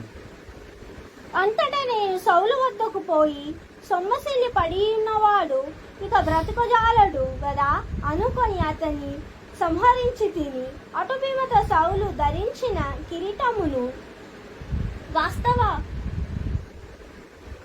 కంకణము గైకొని ఏలిన వారి వద్దకు తీసుకొని వచ్చి నేను. ఎప్పుడైతే సౌలు చనిపోయాడని సౌలు చనిపోయిన ప్రూఫ్ ఏంటని ఎవరిని అడుగుతారు కదా సైనికుడిని. ఆ సైనికుడు ఏం చేశాడు? సౌలు చనిపోయినంత వరకు వెయిట్ చేసి సౌలు కిరీటాన్ని, సౌలు చేతుకున్న బ్రేస్లెట్ ని తీసుకొచ్చి దావీదుకి సాక్ష్యంగా చెప్తున్నాడు. ఇగో ఈ కిరీటము, ఈ బ్రేస్లెట్ రెండు కూడా సౌలు మరణానికి సాక్ష్యము. అటు పిమ్మట వీని దావీదు బట్టలు చించుకొనేను. అతని కొలువాడు నట్లే చేసిరి. సౌలు అతని తనయుడు యోతాను 50 ప్రజలుగా ఇజ్రాయేలు కత్తివదబడిరి. వారందరూ సాయంకాలం వరకు శోకించి ఉపవాసముండిరి. ఎప్పుడైతే ఒక మనిషి చనిపోయాడో ఆ మనిషి ఏం తినడు. మన ఇంట్లో సావైతే మనం ఏం చేస్తాం? సావైందని పోయి మంచిగా బిర్యానీ తినొస్తామా? మన ఇష్టమైన వారు కోల్పోతే మనం దుఃఖంతో ఉంటాం. దావీదు అలాగే చేశాడు. ఎప్పుడైతే ఆ కిరీటాన్ని, ఆ బ్రేస్లెట్ ని సాక్ష్యంగా చూశాడో, దావీదు ఆ రోజంతా ఏడ్చుకుంటూ తన స్నేహితుడు జోతాన్, సౌలు కుమారుడు చనిపోయాడు, రాజు అభిషేకించబడ్డ ఇజ్రాయేలు కొరకే వీరమరణం పొందాడు అని ఆ సాయంకాలం వరకు దావీదు దుఃఖంతో ఉంటూ ఉపవాస ప్రార్థన చేసి ప్రభువైన యెహోవా దగ్గరికి పలికాడు. ఈ మొత్తం విషయంలో నీకు అర్థం కావాల్సిన విషయం ఏంటంటే, ఇవన్నీ ఎందుకు చదివించావు, ఎంత పెద్ద వాక్యాలను ఎందుకు చదివి వినిపించాను అంటే, దేవుని ఆత్మను కోల్పోయిన సౌలు దావీదు పైన యుద్ధం చేయడానికి మొదలు. యుద్ధం అంటే దొంగ యుద్ధం. దయ్యం వచ్చినప్పుడు తన బల్లంని పొడిచి చంపాలనుకున్నాడు. కానీ దేవుడు అదే సౌల్ని దావీదుకి డైరెక్ట్ గా పర్ఫెక్ట్ టైం చూసి చిక్కిస్తే దావీదు సౌల్ని చంపలేదు. చంపకపోగా క్షమించి తను విడిచిపెట్టాడు. తనతో మాట్లాడి తనని మార్చాడు. సౌలే సొంతంగా చంపాలనుకున్న సౌలుతోనే కన్నీరు పెట్టి నువ్వు రాజు అవుతావు ఇజ్రాయెల్ అని ప్రవచించేలా చేశాడు. ఒక దైవ బిడ్డ, అభిషేకిస్తుడు, నిజమైన సేవకుడు ఎదుటి వాడిని ప్రేమించి మార్చాలే గాని వాడిని చంపకూడదు. ఇదే దేవుడు సేవకుడు నేర్పిస్తున్న విషయం. చెడుని చెడుతోనే కాదు, మంచిని చెడుని గెలువు. ఓర్పు, సహనము. నీ మాటలు ఎంత మధురంగా ఉండాలంట, నీ మాటలు ఎంత పవర్ఫుల్ గా ఉంటాయి. నువ్వు మాట్లాడితే ఎదుటి నోరు తిరగొద్దు, అట్లుండాలి నీ మాట. అని ఆ మాటలు దేవుడు మాత్రమే ఇవ్వగలడు. నువ్వు మాట్లాడితే ఎదుటి మౌనం వధిస్తాడు అంటే, ఒకటి వాడు దేవునికి భయభక్తి కలిగిన వాడు దేవుని ద్వారా మాట్లాడే మాటకు తల వంచి భయపడతాడు. ఏం లేదు, నేను పట్టిన కుందేలకు 3 కాళ్ళే, నేను వాగుగిద్దానని పెడతా అంటే ఆడు వేస్ట్ కాదు. వాడికి దేవుడు అంటే విలువలేదు, దేవుడి బిడ్డలంటే విలువలేదు. అట్లాంటిది ఆర్గ్యుమెంట్ చేయడం కన్నా వాడి గురించి ప్రార్థన చేయడం లేదు. చాలా మంది ఉన్నారు ఇట్లా, నేను పట్టుకున్న కుందేలకు 3 కాళ్ళే అంటున్నాడు. నేను చెప్పిందే కరెక్ట్ అంటాడు. వాక్యాన్ని విడమర్చి చదివి వినిపించినా వాడు వినే పరిస్థితికి ఉండడు. ఒప్పుకోడు. ముఖ్యంగా అహం ఒప్పుకోనివ్వదు. వాడిలో అహం అది ఒప్పుకోనివ్వదు. కానీ అహాన్ని విడిచిపెట్టి ఒప్పుకున్నవాడే పరలోకం చేరుతుందని వాక్యం సెలవిస్తుంది. నేను అందుకే చెప్తున్నా 3 రోజుల నుంచి నేను సరిదిద్దడానికి రెడీగా ఉన్నాను. నేను సరిదిద్దుతున్నాను. నేను తప్పు చేస్తే మీరు సరిదిద్దాలనుకుంటే రండి, నేను సరిదిద్దండి అంటున్నాను. మీరు రావట్లేదు. అదే మీతో వచ్చిన ప్రాబ్లం. దాన్ని బట్టి అర్థమైపోతుంది మీరు నీతిమంతులు గారని, మీకు వాక్యాలు లేవని. నన్ను టార్గెట్ చేయడం ఒకటే పనిగా పెట్టుకున్నాను. మీరు no problem, carry on with the targeting. నువ్వు నీ టార్గెట్ పైన ఫోకస్ చేయి, నేను నా కరెక్షన్ పైన ఫోకస్ చేస్తాను. Okay, good. 2 సామువేలు 2వ అధ్యాయం 1 నుంచి 4 వచనం చూస్తాం. 2 సామువేలు పాత నిబంధన 2 సామువేలు గ్రంథం 2వ అధ్యాయం 1వ వచనం. అటు పిమ్మట దావీదు యావీను సంప్రదించి, ప్రభు నన్ను యూదా పట్టణమునకు వెడలి పొమ్మందువా అని అడిగేను. ప్రభువు పొమ్మనేను. దావీదు మరల ఏ పట్టణముకు పొమ్మందు అని అడగగా యావే హెబ్రోనుకు పొమ్మని చెప్పాను. కనుక దావీదు తన 2 భార్యలతో అనగా యోస్వేల్ నుండి వచ్చిన అహీనోవాముతో, కార్మెల్ కొండ నుండి వచ్చిన నబాలు వితంతు భార్య అబిగాయిలతో హెబ్రోనుకు చేరను. అతడు తన అనుచరులు కూడా వారి వారి కుటుంబములతో వెంటగొని పోయెను. వారందరూ హెబ్రోనును నివసించిరి.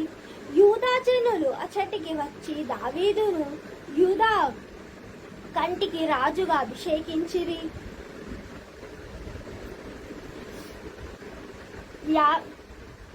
యాబేషు గిలాదు పౌరులు సౌలు ఉత్సవమును పాతి పెట్టిరి.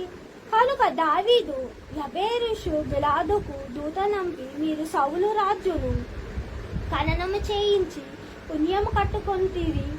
యావే మేము దీవించునుగాక. ప్రభు మేము కరుణించి మీకు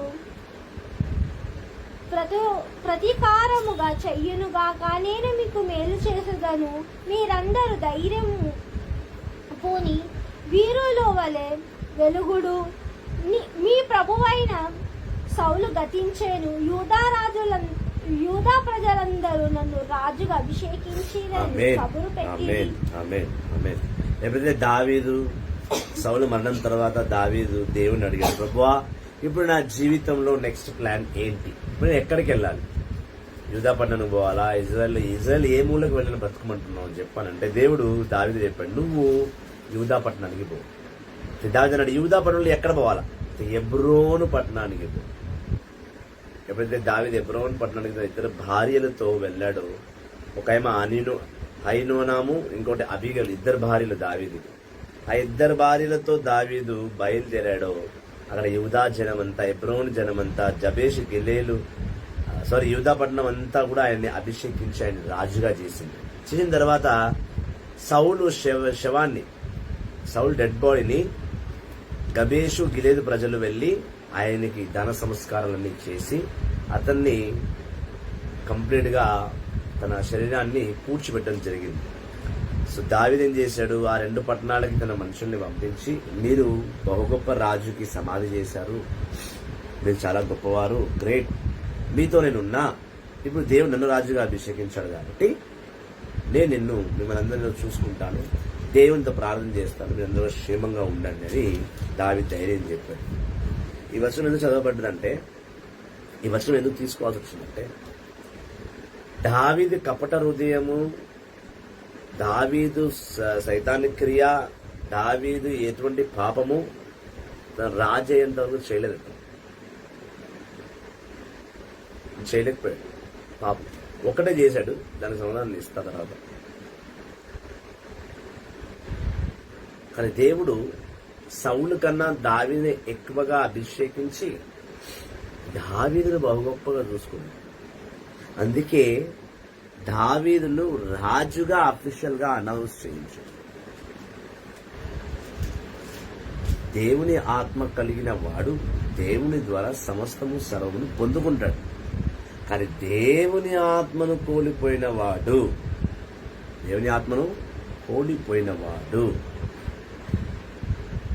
ఏది సాధించాడు, అన్ని కోల్పోయాడు. సౌలులా దేవుని ఆత్మ కలిగి ఉంటున్నాడు. అయితే ఇప్పుడు దావీదు ఏం చేశాడు మరి? 2 సామువేలు 11వ అధ్యాయం 1 నుంచి 27 వచనం. కానీ నువ్వు మొత్తం చదవకు, ఒక 4 వచనాలు చదువు. 2 సామువేలు 11వ అధ్యాయం.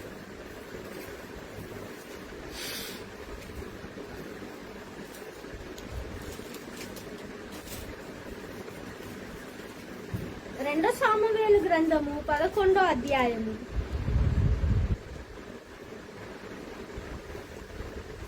సంవత్సరాంతరము రాజులు యుద్ధమునకు వెడుటకు అనువైన కాలము దావీదు కోరికపై యోవాబు రాజు అంగరక్షకులతో ఇజ్రాయెల్ సైన్యముతో బయలువడేను. అమోనీయులు మండలం పైకి దాడి సలిపి రబాను ముట్టడించెను. రాజు మాత్రం యెరూషలేమున ఉండెను. ఒకనాడు సాయంకాలం దావీదు నిద్ర మేలుకొని ప్రసాదము మీదికి పోయి ఇటునటు పరిచార్యము చేయుచు పక్క ఇంటి స్నానమాడు స్త్రీ ఒకతను చూచెను. ఆమె మిక్కిలి అందగత్తి అయి అతడు సేవకుని పిలిచి ఈ స్త్రీ ఉద్దాంతరము అడగగా వారు ఆమె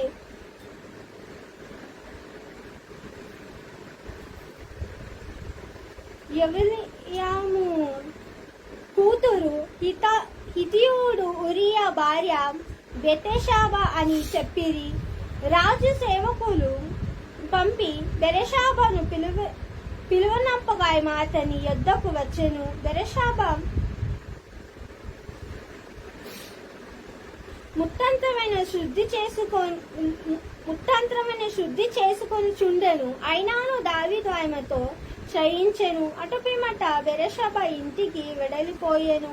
ఆమెకు నెల తప్పగా నేను గర్భవతినైతినని ఇంట నుండి దావీదుకు కబురు పంపెను. చూడండి, దావీదు తన జీవితంలో చేసిన అతి ఘోరమైన పాపం. సౌలేమో దావీదు మీదకి హత్య చేయించాడు. ఇక్కడ దావీదేమో కామముతో ఒక కార్యం చేశాడు. ఒకనాడు మంచి యుద్ధాలు జరుగుతున్న సమయం అది. సో దావీదు ఏం చేశాడు? తన సైన్యానికి అధిపతిగా ఉన్న జోహాబును యుద్ధానికి పంపించి తన ఇంట్లో ఉండిపోయాడు. రాజప్రసాదంలో ఉండిపోయాడు, అంటే ప్యాలెస్ లో ఉండిపోయాడు. రోజు మధ్యాహ్నం పూట దావీదు పడుకోవడం అలవాటు. దరిద్రం అది మధ్యాహ్నం పడుకోవడం. దావీదు దాని మీద ఫోకస్ చేయలేదు, పిచ్చివాడు. దావీదు మధ్యాహ్నం పడుకుని కొంచెం 4 గంటలకు బయటికి లేచి అలా తన వాకిట్లోకి వచ్చి అలా తిరుగుతుంటే తన రాజప్రసాదం పక్కనే, అంటే తన ప్యాలెస్ పక్కనే ఒక స్త్రీ స్నానం చేస్తుంది. చాలా అందగత్తి. సడన్ గా కామపు చూపు దావీదు చూపు కామంగా మారి ఆ స్త్రీ మీదకి వెళ్ళింది. ఆ స్త్రీని ప్రేమించాలని, ఆ స్త్రీతో అనుభవించాలని. అప్పటికి దావీదుకు 2 భార్యలు. ఇందాక మీరు చదివినట్టు దావీదుకి 2 భార్యలు ఉన్నారు. అప్పటికి 3వ దాన్ని దీన్ని అనుభవించాలని తన వ్యక్తిని ఒకరిని పంపించి ఆ స్త్రీ గురించి అన్ని కనుక్కొని వస్తే అప్పుడు తెలిసింది ఆమె బెతిషెబా ప్రాంతము. తన పేరు బెతిషెబానా, ప్రాంతం పేరు బెతిషెబానా? అమ్మాయి తన పేరు బెతిషెబా. నేను ప్రాంతం అనుకున్నా, కన్ఫ్యూజ్ అయినా సిస్టర్ వల్ల. తన పేరు బెతిషెబా. రాజుతో కన్ఫ్యూజ్ అయిందంట. చూసి ఉండాలి. తన కూతురు స్త్రీ పేరు బెరిషబా. తను ఎలాయిము కూతురు ప్లస్ ఇప్పుడు ప్రస్తుతానికి ఇతీయుల మధ్య నివసిస్తున్న ఊరు, ఆయన పేరే ఊహరు, ఆయన భార్య ఆయన. ఈయన చేశాడు, వెళ్ళి ఆ స్త్రీని పంపించాడు. ఆ స్త్రీని కొంచెం అట్లా చెప్పి ఏదో ఏమార్పాటు చేసి పిలిపించుకున్నాడు. అప్పటికి ఆ స్త్రీ మంత్లీ పీరియడ్స్ అయ్యాయి. మంత్లీ పీరియడ్స్ అవుతున్న క్రమంలోనే ఆమె వెళ్ళి స్నానం చేసింది. అక్కడ స్నానం చేసుకుంటుంది.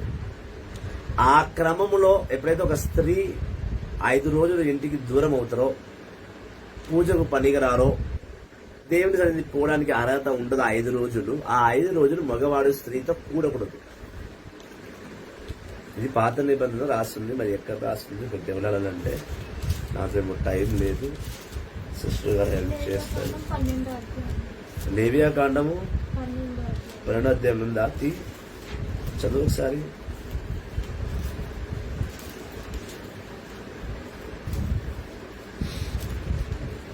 లేవ్యాకాండం 12వ అధ్యాయం సిస్టర్ చెప్పారు. సిస్టర్ చదువుతారు మన గురించి.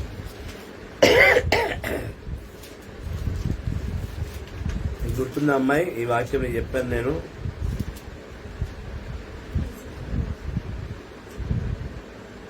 స్త్రీల 5 రోజుల్లో దాని గురించి బోధించాను. నేను బడంపేటకు వెళ్ళాడు బస్సులో.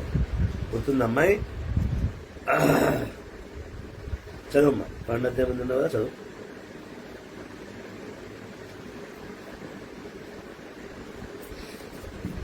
పాత నిబంధన లేవ్యాకాండం 12వ అధ్యాయం 1వ వచనం. యావే మోషే ఇజ్రాయేలుతో చెప్పమనిన సంగతులు ఇవి. ఏ స్త్రీ అయినా పని నుంచి ప్రసవించి మగబిడ్డను కనిన ఎడల తను ఋతువతి అయినప్పటి వలె 7 నాలు శుద్ధిని కోల్పోవు. ఇది ప్రెగ్నెన్సీ అమ్మాయి. నేను చెప్పింది మంత్లీ పీరియడ్స్ గురించి. ఒక అమ్మాయి 5 రోజులు ఇంటికి జనరల్ గా దూరం అయితే కనుక అటువంటి టైంలో మగవాడు స్త్రీతో కూడకూడదని చెప్పారు. సమాధానానికి సిద్ధంగా లేవు. లేచి నువ్వు పెద్ద లేవి 12వ అధ్యాయంలో ఉందా? ఇందుకు కాదు మన అన్ని మాట్లాడేది. అదే లేవ్యాకాండం 18వ అధ్యాయం. సిస్టర్ ఇంకా దౌలాడుతూనే ఉన్నది. ఇది మీకు దేవుళ్ళ మీద ఉన్న ఫోకస్. అందుకే ప్రజలు మనల్ని అంటారు అన్నమాట, బైబిల్ తీసుకొని ఇంటింటికి తిరుగుతారు వీళ్ళు. ఇది వ్యభిచారులు ఎందుకు అంటారంటే ఇందుకే అంటారు. లేవియా 18లో 19 చదువు.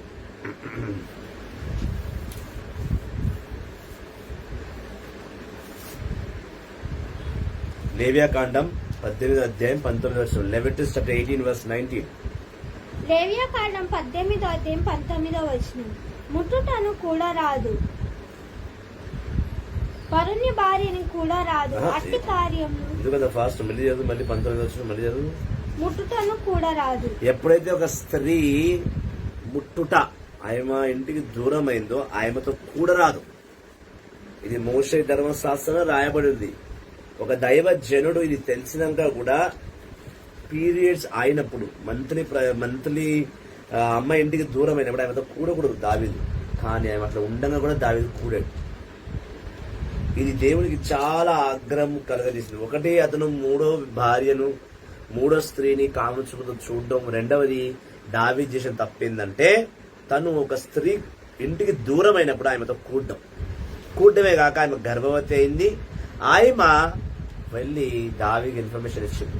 3 మాసాల తర్వాత నేను గర్భవతి ఉన్నాను, ఆ రోజు నీతో కూడను కదా దావీదు. బెత్షెబా దావీదుకి ఆన్సర్ పంపించింది ఏమని, నేను నీతో కూడిన తర్వాత ఇప్పుడు నేను గర్భవతి అయి ఉన్నాను. ఈసారి దావీదు ఏం చేశాడు, బెత్షెబా భర్తను చంపించాలనుకున్నాడు. ఎలా అయితే సౌలు దావీదుని చంపాలనుకున్నాడో ఈర్ష్యతోటి, ఇక్కడ దావీదు బెత్షెబా భర్తను ఎక్కడ అతను తెలిస్తే అతను నా మీద తప్పుడు కేసు పెడతాడో, నా మీదకి వస్తాడన్న భయముతో దావీదు ఊరుని చంపించడానికి బయలుదేరాడు. It's very clear.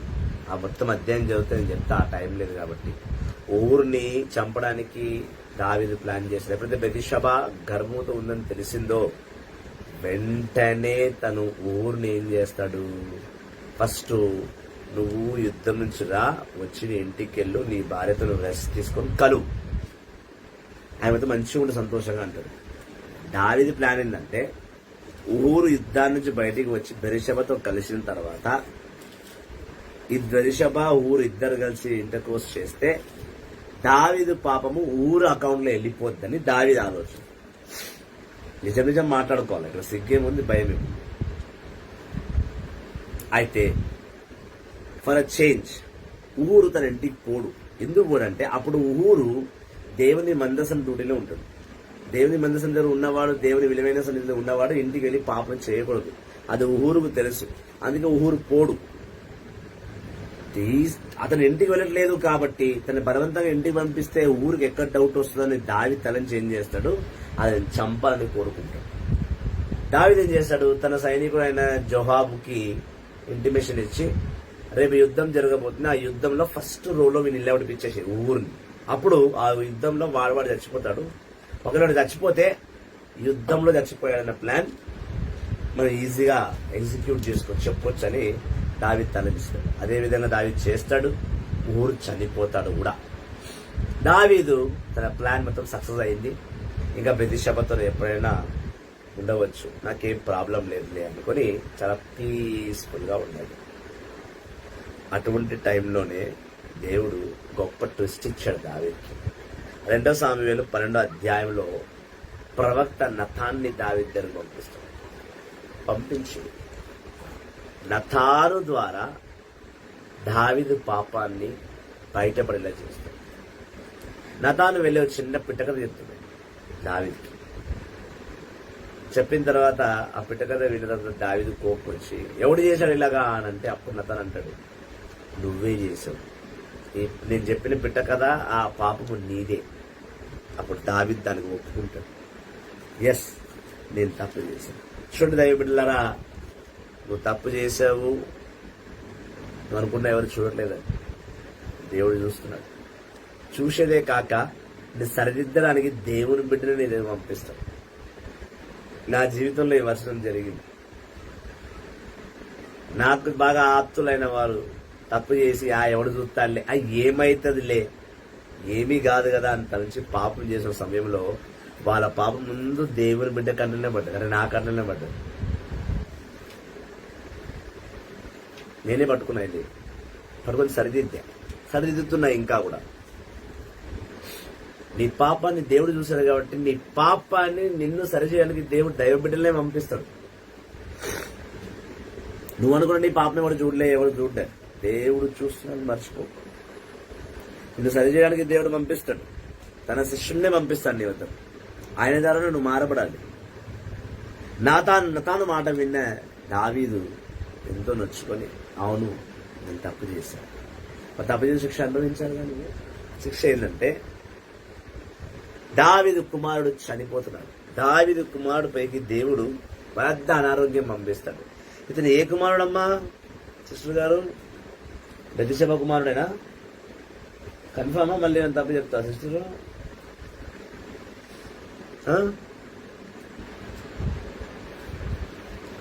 ఇదే 2 సామువేలు 12వ అధ్యాయం 15-16 వచనం చూస్తే, The Lord caused a child that Ur's wife had brought to David to came become ill. ఒకసారి 15 వచనం చదవమ్మా. 2 సామువేలు 12వ అధ్యాయం 15-16 చదువు. యోతాను దావీదు కడ నుండి వెడలిపోయేను. ఉరియా భార్య దావీదుకు, కానీ నా బిడ్డను ప్రభు శిక్ష వలన జబ్బు పడెను. దావీదు శిశువు తరపున యాగేను వేడుకొనేను. అతడు ప్రశాంతుడను, రేయి కటిక నేలపై పరుండెను. గృహ నిర్వాహకులు దావీదు చుట్టూ మూగి అతనిని నేల మీద నుండి లేపజూచిరి, గాని రాజు లేవలేదు. ఎప్పుడైతే దావీదుకి ఊరు భార్య బెతిషెబకి సంతానం కలిగింది, దేవుడు ఏం చేశాడు? ఏ దావీదైతే దొంగచాటుగా ఊరు భార్యతో సహించి ఒక బిడ్డను కన్నాడో ఆ బిడ్డకు అనారోగ్యం ఇచ్చి ఆ బిడ్డను బాగా వేధించుతున్నాడు దేవుడు. అటువంటి సమయంలో దావీదు ఏం చేశాడంటే, కట్టిక నేల మీద పడుకుంటూ, కింద ఏం వేసుకోదు, కట్టిక నేల మీద ఉపవాస ప్రార్థన, రేయం బవులు ప్రార్థన చేస్తూనే ఉన్నాడు. దేవా, నాకు బెతిషెబకి పాపం జరిగింది, వాస్తవమే, నేను పశ్చాత్తాపం పడుతున్నా, నేను ఒప్పుకుంటా, కానీ ఆ బిడ్డకి ఏం కాకుండా ఆ బిడ్డను చంపకు, ఆ బిడ్డకు అనారోగ్యం స్వస్థపరచు. దావీదు తను తీసుకుని డాక్టర్ దగ్గరికి పోలా, ముందు ప్రార్థన చేశాడు. కానీ ఎట్టకేలకు దేవుడు ఆ బిడ్డను చంపించాడు. ఆ బిడ్డ చచ్చిపోయాడు. నీలో పాపం పుడితే నీలో పాపం చావాలంతే, అది యెహోవా తన రూల్. యేసు ప్రభు వచ్చి కొంచెం భిన్నంగా, నీ పాపాలకు నేను చనిపోతా, నువ్వు పాపం చేయకని చెప్పి మనం ఇంకా పాపం చేయడానికి ఫ్రీడమ్ టికెట్ ఇచ్చిపోయినాయి. అది వాస్తవం. మనమందరం ఇప్పుడు పాపాలు చేసి యేసు ప్రభు చెప్తున్నాం, నా దేవుడు నా పాపాల గురించి ఎప్పుడూ చచ్చిపోయింది కాబట్టి ఇప్పుడు పాపం చేస్తూనే ఉంటా, నా ముందు ఉన్న నా భవిష్యత్తు ఇంకొక 100 సంవత్సరాల పాపాల కూడా అడ్వాన్స్ గా చనిపోయింది కాబట్టి పాపం చేయొచ్చు. సో ఐ విల్ సిన్ ఉన్నది అట్లా. ఇది ఒక అంశం మళ్ళీ మీ అందరికి తొందరలో చెప్తా. దావీదు ఎంత ఏడ్చి ఎంత ఉపవాసం ఉండి కటిక మీద పడుకొని ప్రార్థన చేస్తున్నా దేవుడు కనికరించలేదు. ఆ బిడ్డని చంపించాడు. చాలా మంది అంటారు ప్రేమ పెళ్లి అని. నీ ప్రేమ నీ పెళ్లి, నీ ప్రేమ మూడు దగ్గర ఆగిపోతుంది, నీ పెళ్లి నీ సంతానం దగ్గర ఆగిపోతుంది. ఏదో సంతాన్ని కంటావో నువ్వు భార్యవు భర్తవుగా ఉండవు, తల్లిగా తండ్రిగా ఉంటావు.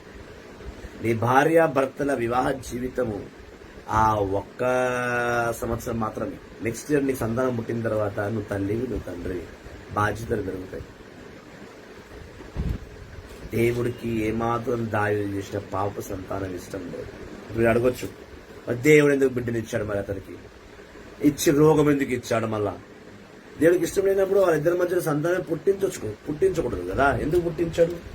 సంతానం దేవుని ప్రకారం, దేవుని ప్రణాళిక ఉంటే సంతానం పుడతారు. మరి మీ దేవుడు ఎందుకు సంతానం ఇచ్చాడు? మరి ఈయడం ఎందుకు, చంపడం ఎందుకు అని మీరు అడగవచ్చు. సమాధానం ఉంది. ఒకవేళ దావీదుకు సంతానం ఇవ్వకపోయినుంటే దావీదు ఏం చేసేవాడు? ఈ స్త్రీతో కూడితే నాకు పిల్లలు కలగలేదు, ఇంకో స్త్రీతో కూడతా అనుకునేవాడు. అలా అతను పాపం చేసుకుంటూనే ఉండేవాడు. ఆ పాపాన్ని కట్ చేయడానికి దేవుడు ఏం చేశాడు? సంతానాన్ని బలవంతంగా ఇచ్చాడు. ఆ సంతానం తన కళ్ళ ముందు దావీదు ఎందుకు ప్రార్థన చేస్తున్నాడు? అక్కడ బెత్షెబ గురించి ప్రార్థన చేయట్లేదు, తన పాపం గురించి ప్రార్థన చేయట్లా. తన పాపను ఒప్పుకున్నాడు, కానీ ఆ బిడ్డ గురించి ప్రార్థన చేస్తున్నాడు. ఎట్టి బలవంతుడైనా సరే పిల్లలు అనేది వాళ్ళ వీక్నెస్. ఎంత గొప్ప వీడైనా సరే తన పిల్లల గురించి వాడు ఏమైనా చేస్తాడు. ఇది దేవుడు తెలుసు. కరెక్ట్గా గురి చూసి కొట్టాడు దేవుడు. God knows how to play with it is you don't know how to react for it. దేవుడు తెలుసు ఎట్లా నీతో ఎట్లా నిన్ను మార్చుకోవాలా, ఎట్లా నిన్ను సరిదిద్దాలా, ఏ రోగం ఇస్తే నీ తిక్క కుదురుతుంది అని బాగా తెలుసు. యోవా తండ్రి is very strict, is very strict. ఎంత స్ట్రిక్ట్ అంటే దేవుని సేవలతో ఇంకా చాలా స్ట్రిక్ట్ ఉంటాయి. ఒకసారి న్యూ టెస్టిమెంట్ లో జేమ్స్ చూద్దామా. యాకోబు మన నువ్వు లేవు తండ్రి. జేమ్స్ యాకోబు గ్రంథము 3వ అధ్యాయం జన్మ. Praise the Lord. Praise the Lord. Praise the Lord. Praise the Lord. Hallelujah. Hallelujah. Hallelujah. Hallelujah. Praise the Lord. Praise the Lord. యేసువా వందనం. యేసువా వందనం. యేసువా వందనం. యేసువా వందనం. యేసువా స్తోత్రం. యేసువా స్తోత్రం. యేసువా స్తోత్రం. యేసువా స్తోత్రం. ఆత్మదేవా వందనం. ఆత్మదేవా వందనం. ఆత్మదేవా స్తోత్రం. ఆత్మదేవా స్తోత్రం. Praise the Lord. Praise the Lord. Praise Chama. the Lord. Praise James the Lord. Chapter 3.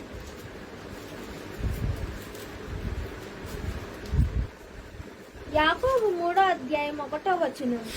సహోదరులారా, బోధకుల మగు మనము ఇతరుల కంటికి త్రియముగా న్యాయం విచారణమునకు గురి అగుదుమని మీకు తెలియను గాదా? కనుక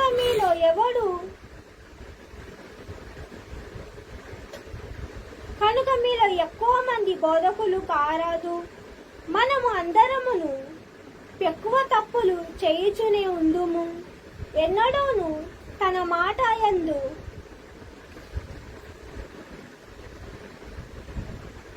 తప్పు చేయని వాడు పరిపూర్ణుడే. అట్టివాడు తన శరీరమును అదుపులో ఉంచుకొనగల వ్యక్తి. గుర్రములు మనకు లొంగి ఉండుటకు వాని నోటికి పల్లెములు తగిలింతుము. ఆమేన్. దేవుడు అన్నాడు జేమ్స్ 3లో ప్రతి ఒక్కరు బోధకులు అయిపోలేరు, ప్రతి ఒక్కరు బోధించలేరు.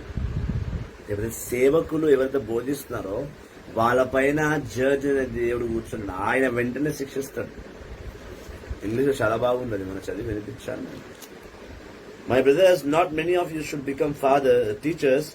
As you know, we teachers will be judged with greater strictness than others. Strictness.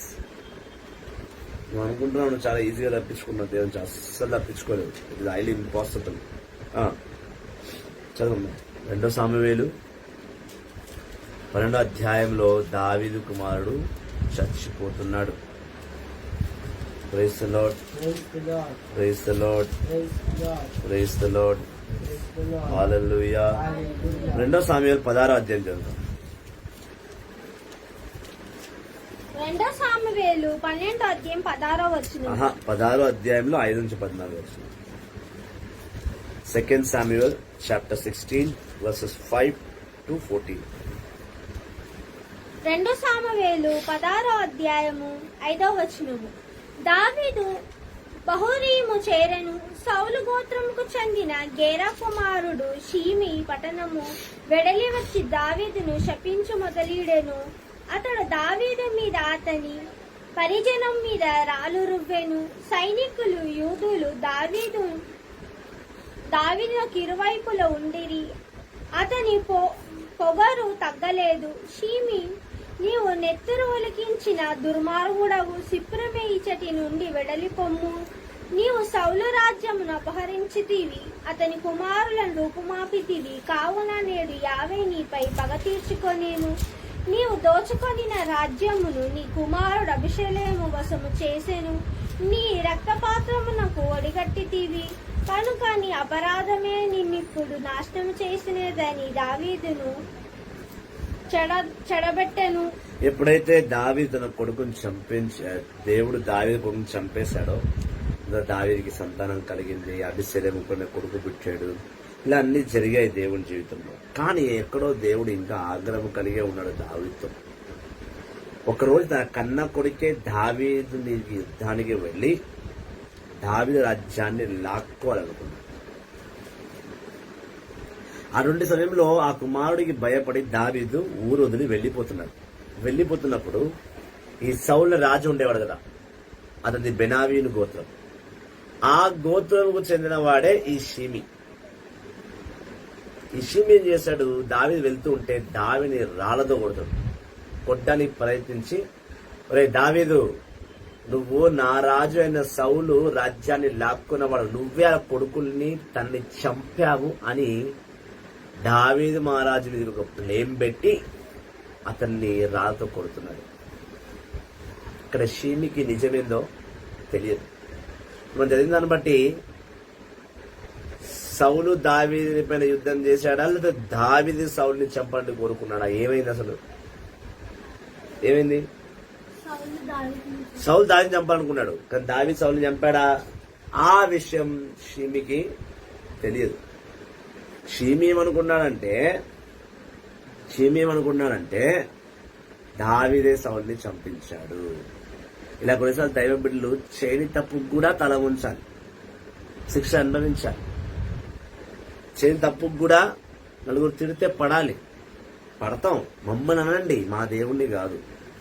మా వ్యక్తిగత జీవితాల్లో మీరు వెళ్ళి ఏదన్నా మాట్లాడండి, నోరు మూసుకుంటాం. కానీ దేవుడి జీవితం గురించి, దేవుని బిడ్డల గురించి దైవంగా మాట్లాడుతున్నా ఊరుకోం. షీమికి సత్యం ఏదో తెలియదు. దావీదు తప్పు చేశాడు, వ్యభిచరించాడు, తన కొడుకుని కోల్పోయాడు. ఇప్పుడు ఈ విషయం ఎవరికైనా తెలుసా?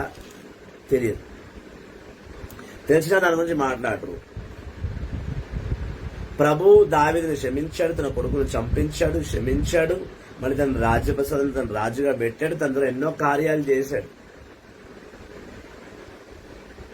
ప్రభు దావీదు పాపాలని మర్చిపోయాడు, కానీ షీమి దావీదు పాపాన్ని మర్చిపోలే. అదే అంశం. మానవులు ప్రభు మన పాపాలను క్షమించేస్తాడు, ప్రభు మన పాపాలని గుర్తుపెట్టుకోడు. కానీ ఈ ప్రజలు మన పాపాలని గుర్తుపెట్టారు. ఎందుకు పెట్టుకుంటారు అంటే వాళ్ళు దేవుళ్ళు లేరు, వాళ్ళకు నిజాలతో పని లేదు, వాస్తవాలతో అవసరం లేదు. ఒక కేసు మీ ముందుకు వస్తే నిజమేంది అబద్ధం ఏంది అని తీర్పు తీర్చడానికి దేవుని దగ్గర వెళ్ళి అడుగు. అది మానేసి డైరెక్ట్ షీమి లెక్క స్టేట్మెంట్ తీసుకుంది, రాళ్లతో కొడుతున్నావు. దావీదు తప్పు చేశాడు, కొడుకును పోగొట్టుకున్నాడు, శిక్ష అనుభవించాడు, దేవుని ద్వారా క్షమాపణ పొందుకున్నాడు, మళ్లీ రాజ్యాన్ని వదిలి దొంగలా పరిగెడుతున్నాడు. అంత శిక్షణ కూడా భరిస్తున్నాడు దేవుడు. దావీదు దేవుని శిక్షను భరిస్తున్నాడు. ఆ శిక్షణలో కూడా షిమి రాయెత్తి కూడా వస్తే షిమిని అన్నాడు, అతను కొట్టకండి, తన శాపన కదా విధిస్తున్నాడు, విధించని. నిజంగా నేను పాపున్నైతే ఆ శాపన నాకు వర్తిస్తుంది, నేను శాపగ్రస్తుని కాను, నేను దేవుని బిడ్డను అన్నాడు. దావీదు అన్నాడు ఆ మాట. ఒకసారి 11వ వచనం చదువు. 2 సామువేలు 16వ అధ్యాయం 11వ వచనం. 2 సామువేలు గ్రంథం 16వ అధ్యాయం 11వ వచనం. మరియు దావీదు అబీషాయితో పరిజనముతో, నా కడుపున పుట్టిన ఈ బిడ్డయే నా ప్రాణం తీయబోచున్నాడు, ఇక ఈ బెనేవీనుడు ఊరుకుండునా? ప్రభువే షీమిని శాపం పూనుకొల్పనేమో ఇతనిని శపింపనిండు. ఒకవేళ యావే నా ధైర్యమును గుర్తించి ఇతని తిట్టులకు మరుగుగా నాకు దీవెనలిచ్చునేమో అని పలికెను. దావీదు అన్నాడు తన సైనికులతో, షిమాయి నన్ను శపించని. ఏమో దేవుడే ఇతనితో నన్ను శపిస్తున్నాడేమో, అలా కాకుండా షిమి నిజంగా శపిస్తున్నాడేమో. తీసుకుంటా శాపను, నేను తీసుకుంటా. దేవుడు తన శాపనను బదులుగా తన శాపనలన్నీ కూడా నాకు దీవెనగా మార్చునుగా అన్నాడు. ఎంత ఓపిక దావీదుకి. ఒక కొడుకును కోల్పోయిన దావీదులో ఎన్ని మార్పులు చూడండి.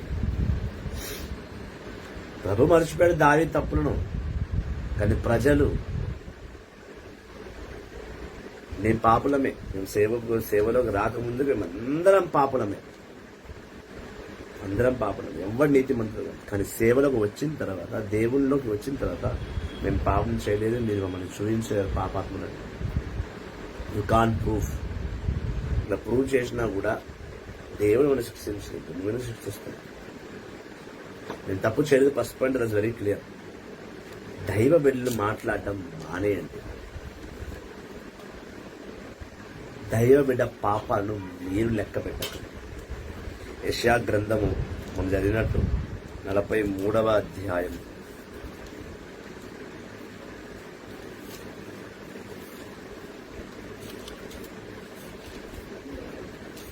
Praise the Lord. Praise the Lord. Praise the Lord. Praise the Lord. Hallelujah. Hallelujah. Hallelujah. Hallelujah. Hallelujah. Hallelujah. Hallelujah. Hallelujah. యెషయా గ్రంథము 43వ అధ్యాయము 25వ వచనము. అయినా నేను నీ కొరకే నా పాపములను మన్నించు వాడు, నేను ఈ తప్పిదములను జ్ఞాపకించుకొనను. ఎవరన్నాడు? నువ్వు తప్పు చేసావు, నేను క్షమించేశా, కానీ క్షమించిన తర్వాత నీ తప్పులు నేను గుర్తుపెట్టుకున్నాను. దేవుడు మర్చిపోతాడు.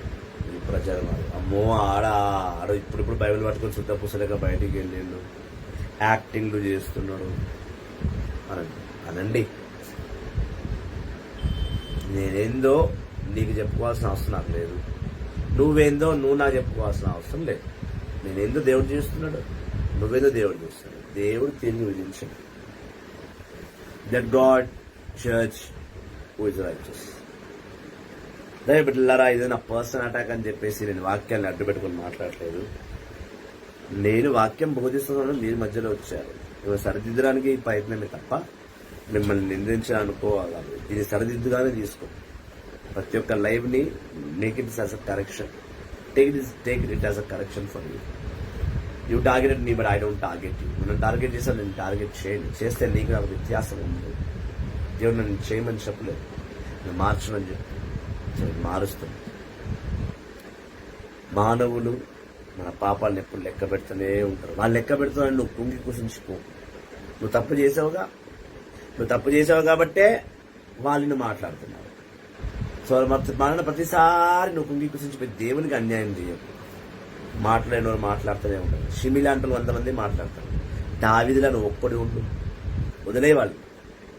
దేవుడే క్షమించిన తర్వాత ఈ ప్రజలతో నీకేం పని? ఈ ప్రజలకు నువ్వు ఎందుకు సందాయి చెప్పుకోవాల్సిన అవసరం నీకు లేదు, లేదు, నాకు లేదు. దేవుని వైపు చూడు, దేవునిలోకి చూడు. క్షమించింది దేవుడు, ఈ ప్రజలు కాదు. ఈ ప్రజలు క్షమిస్తే స్వీకరించు, క్షమించకపోతే మానే. వీలు కాదు నీ తీర్పు దినంలో నీ పక్క నిలబడేది. నువ్వు ఒక్కరు నిలబడతావు, అది గుర్తుపెట్టుకో. 100 మంది దాడి చేసిన ఆన్సర్కి రెడీ ఉంటాయి. అందులో దైవ కార్యాలకైతే నేను ఎప్పటికీ రెడీ, వెంటాడు. So come, let's sit and clarify the things in God. Spiritual clarification. God bless you.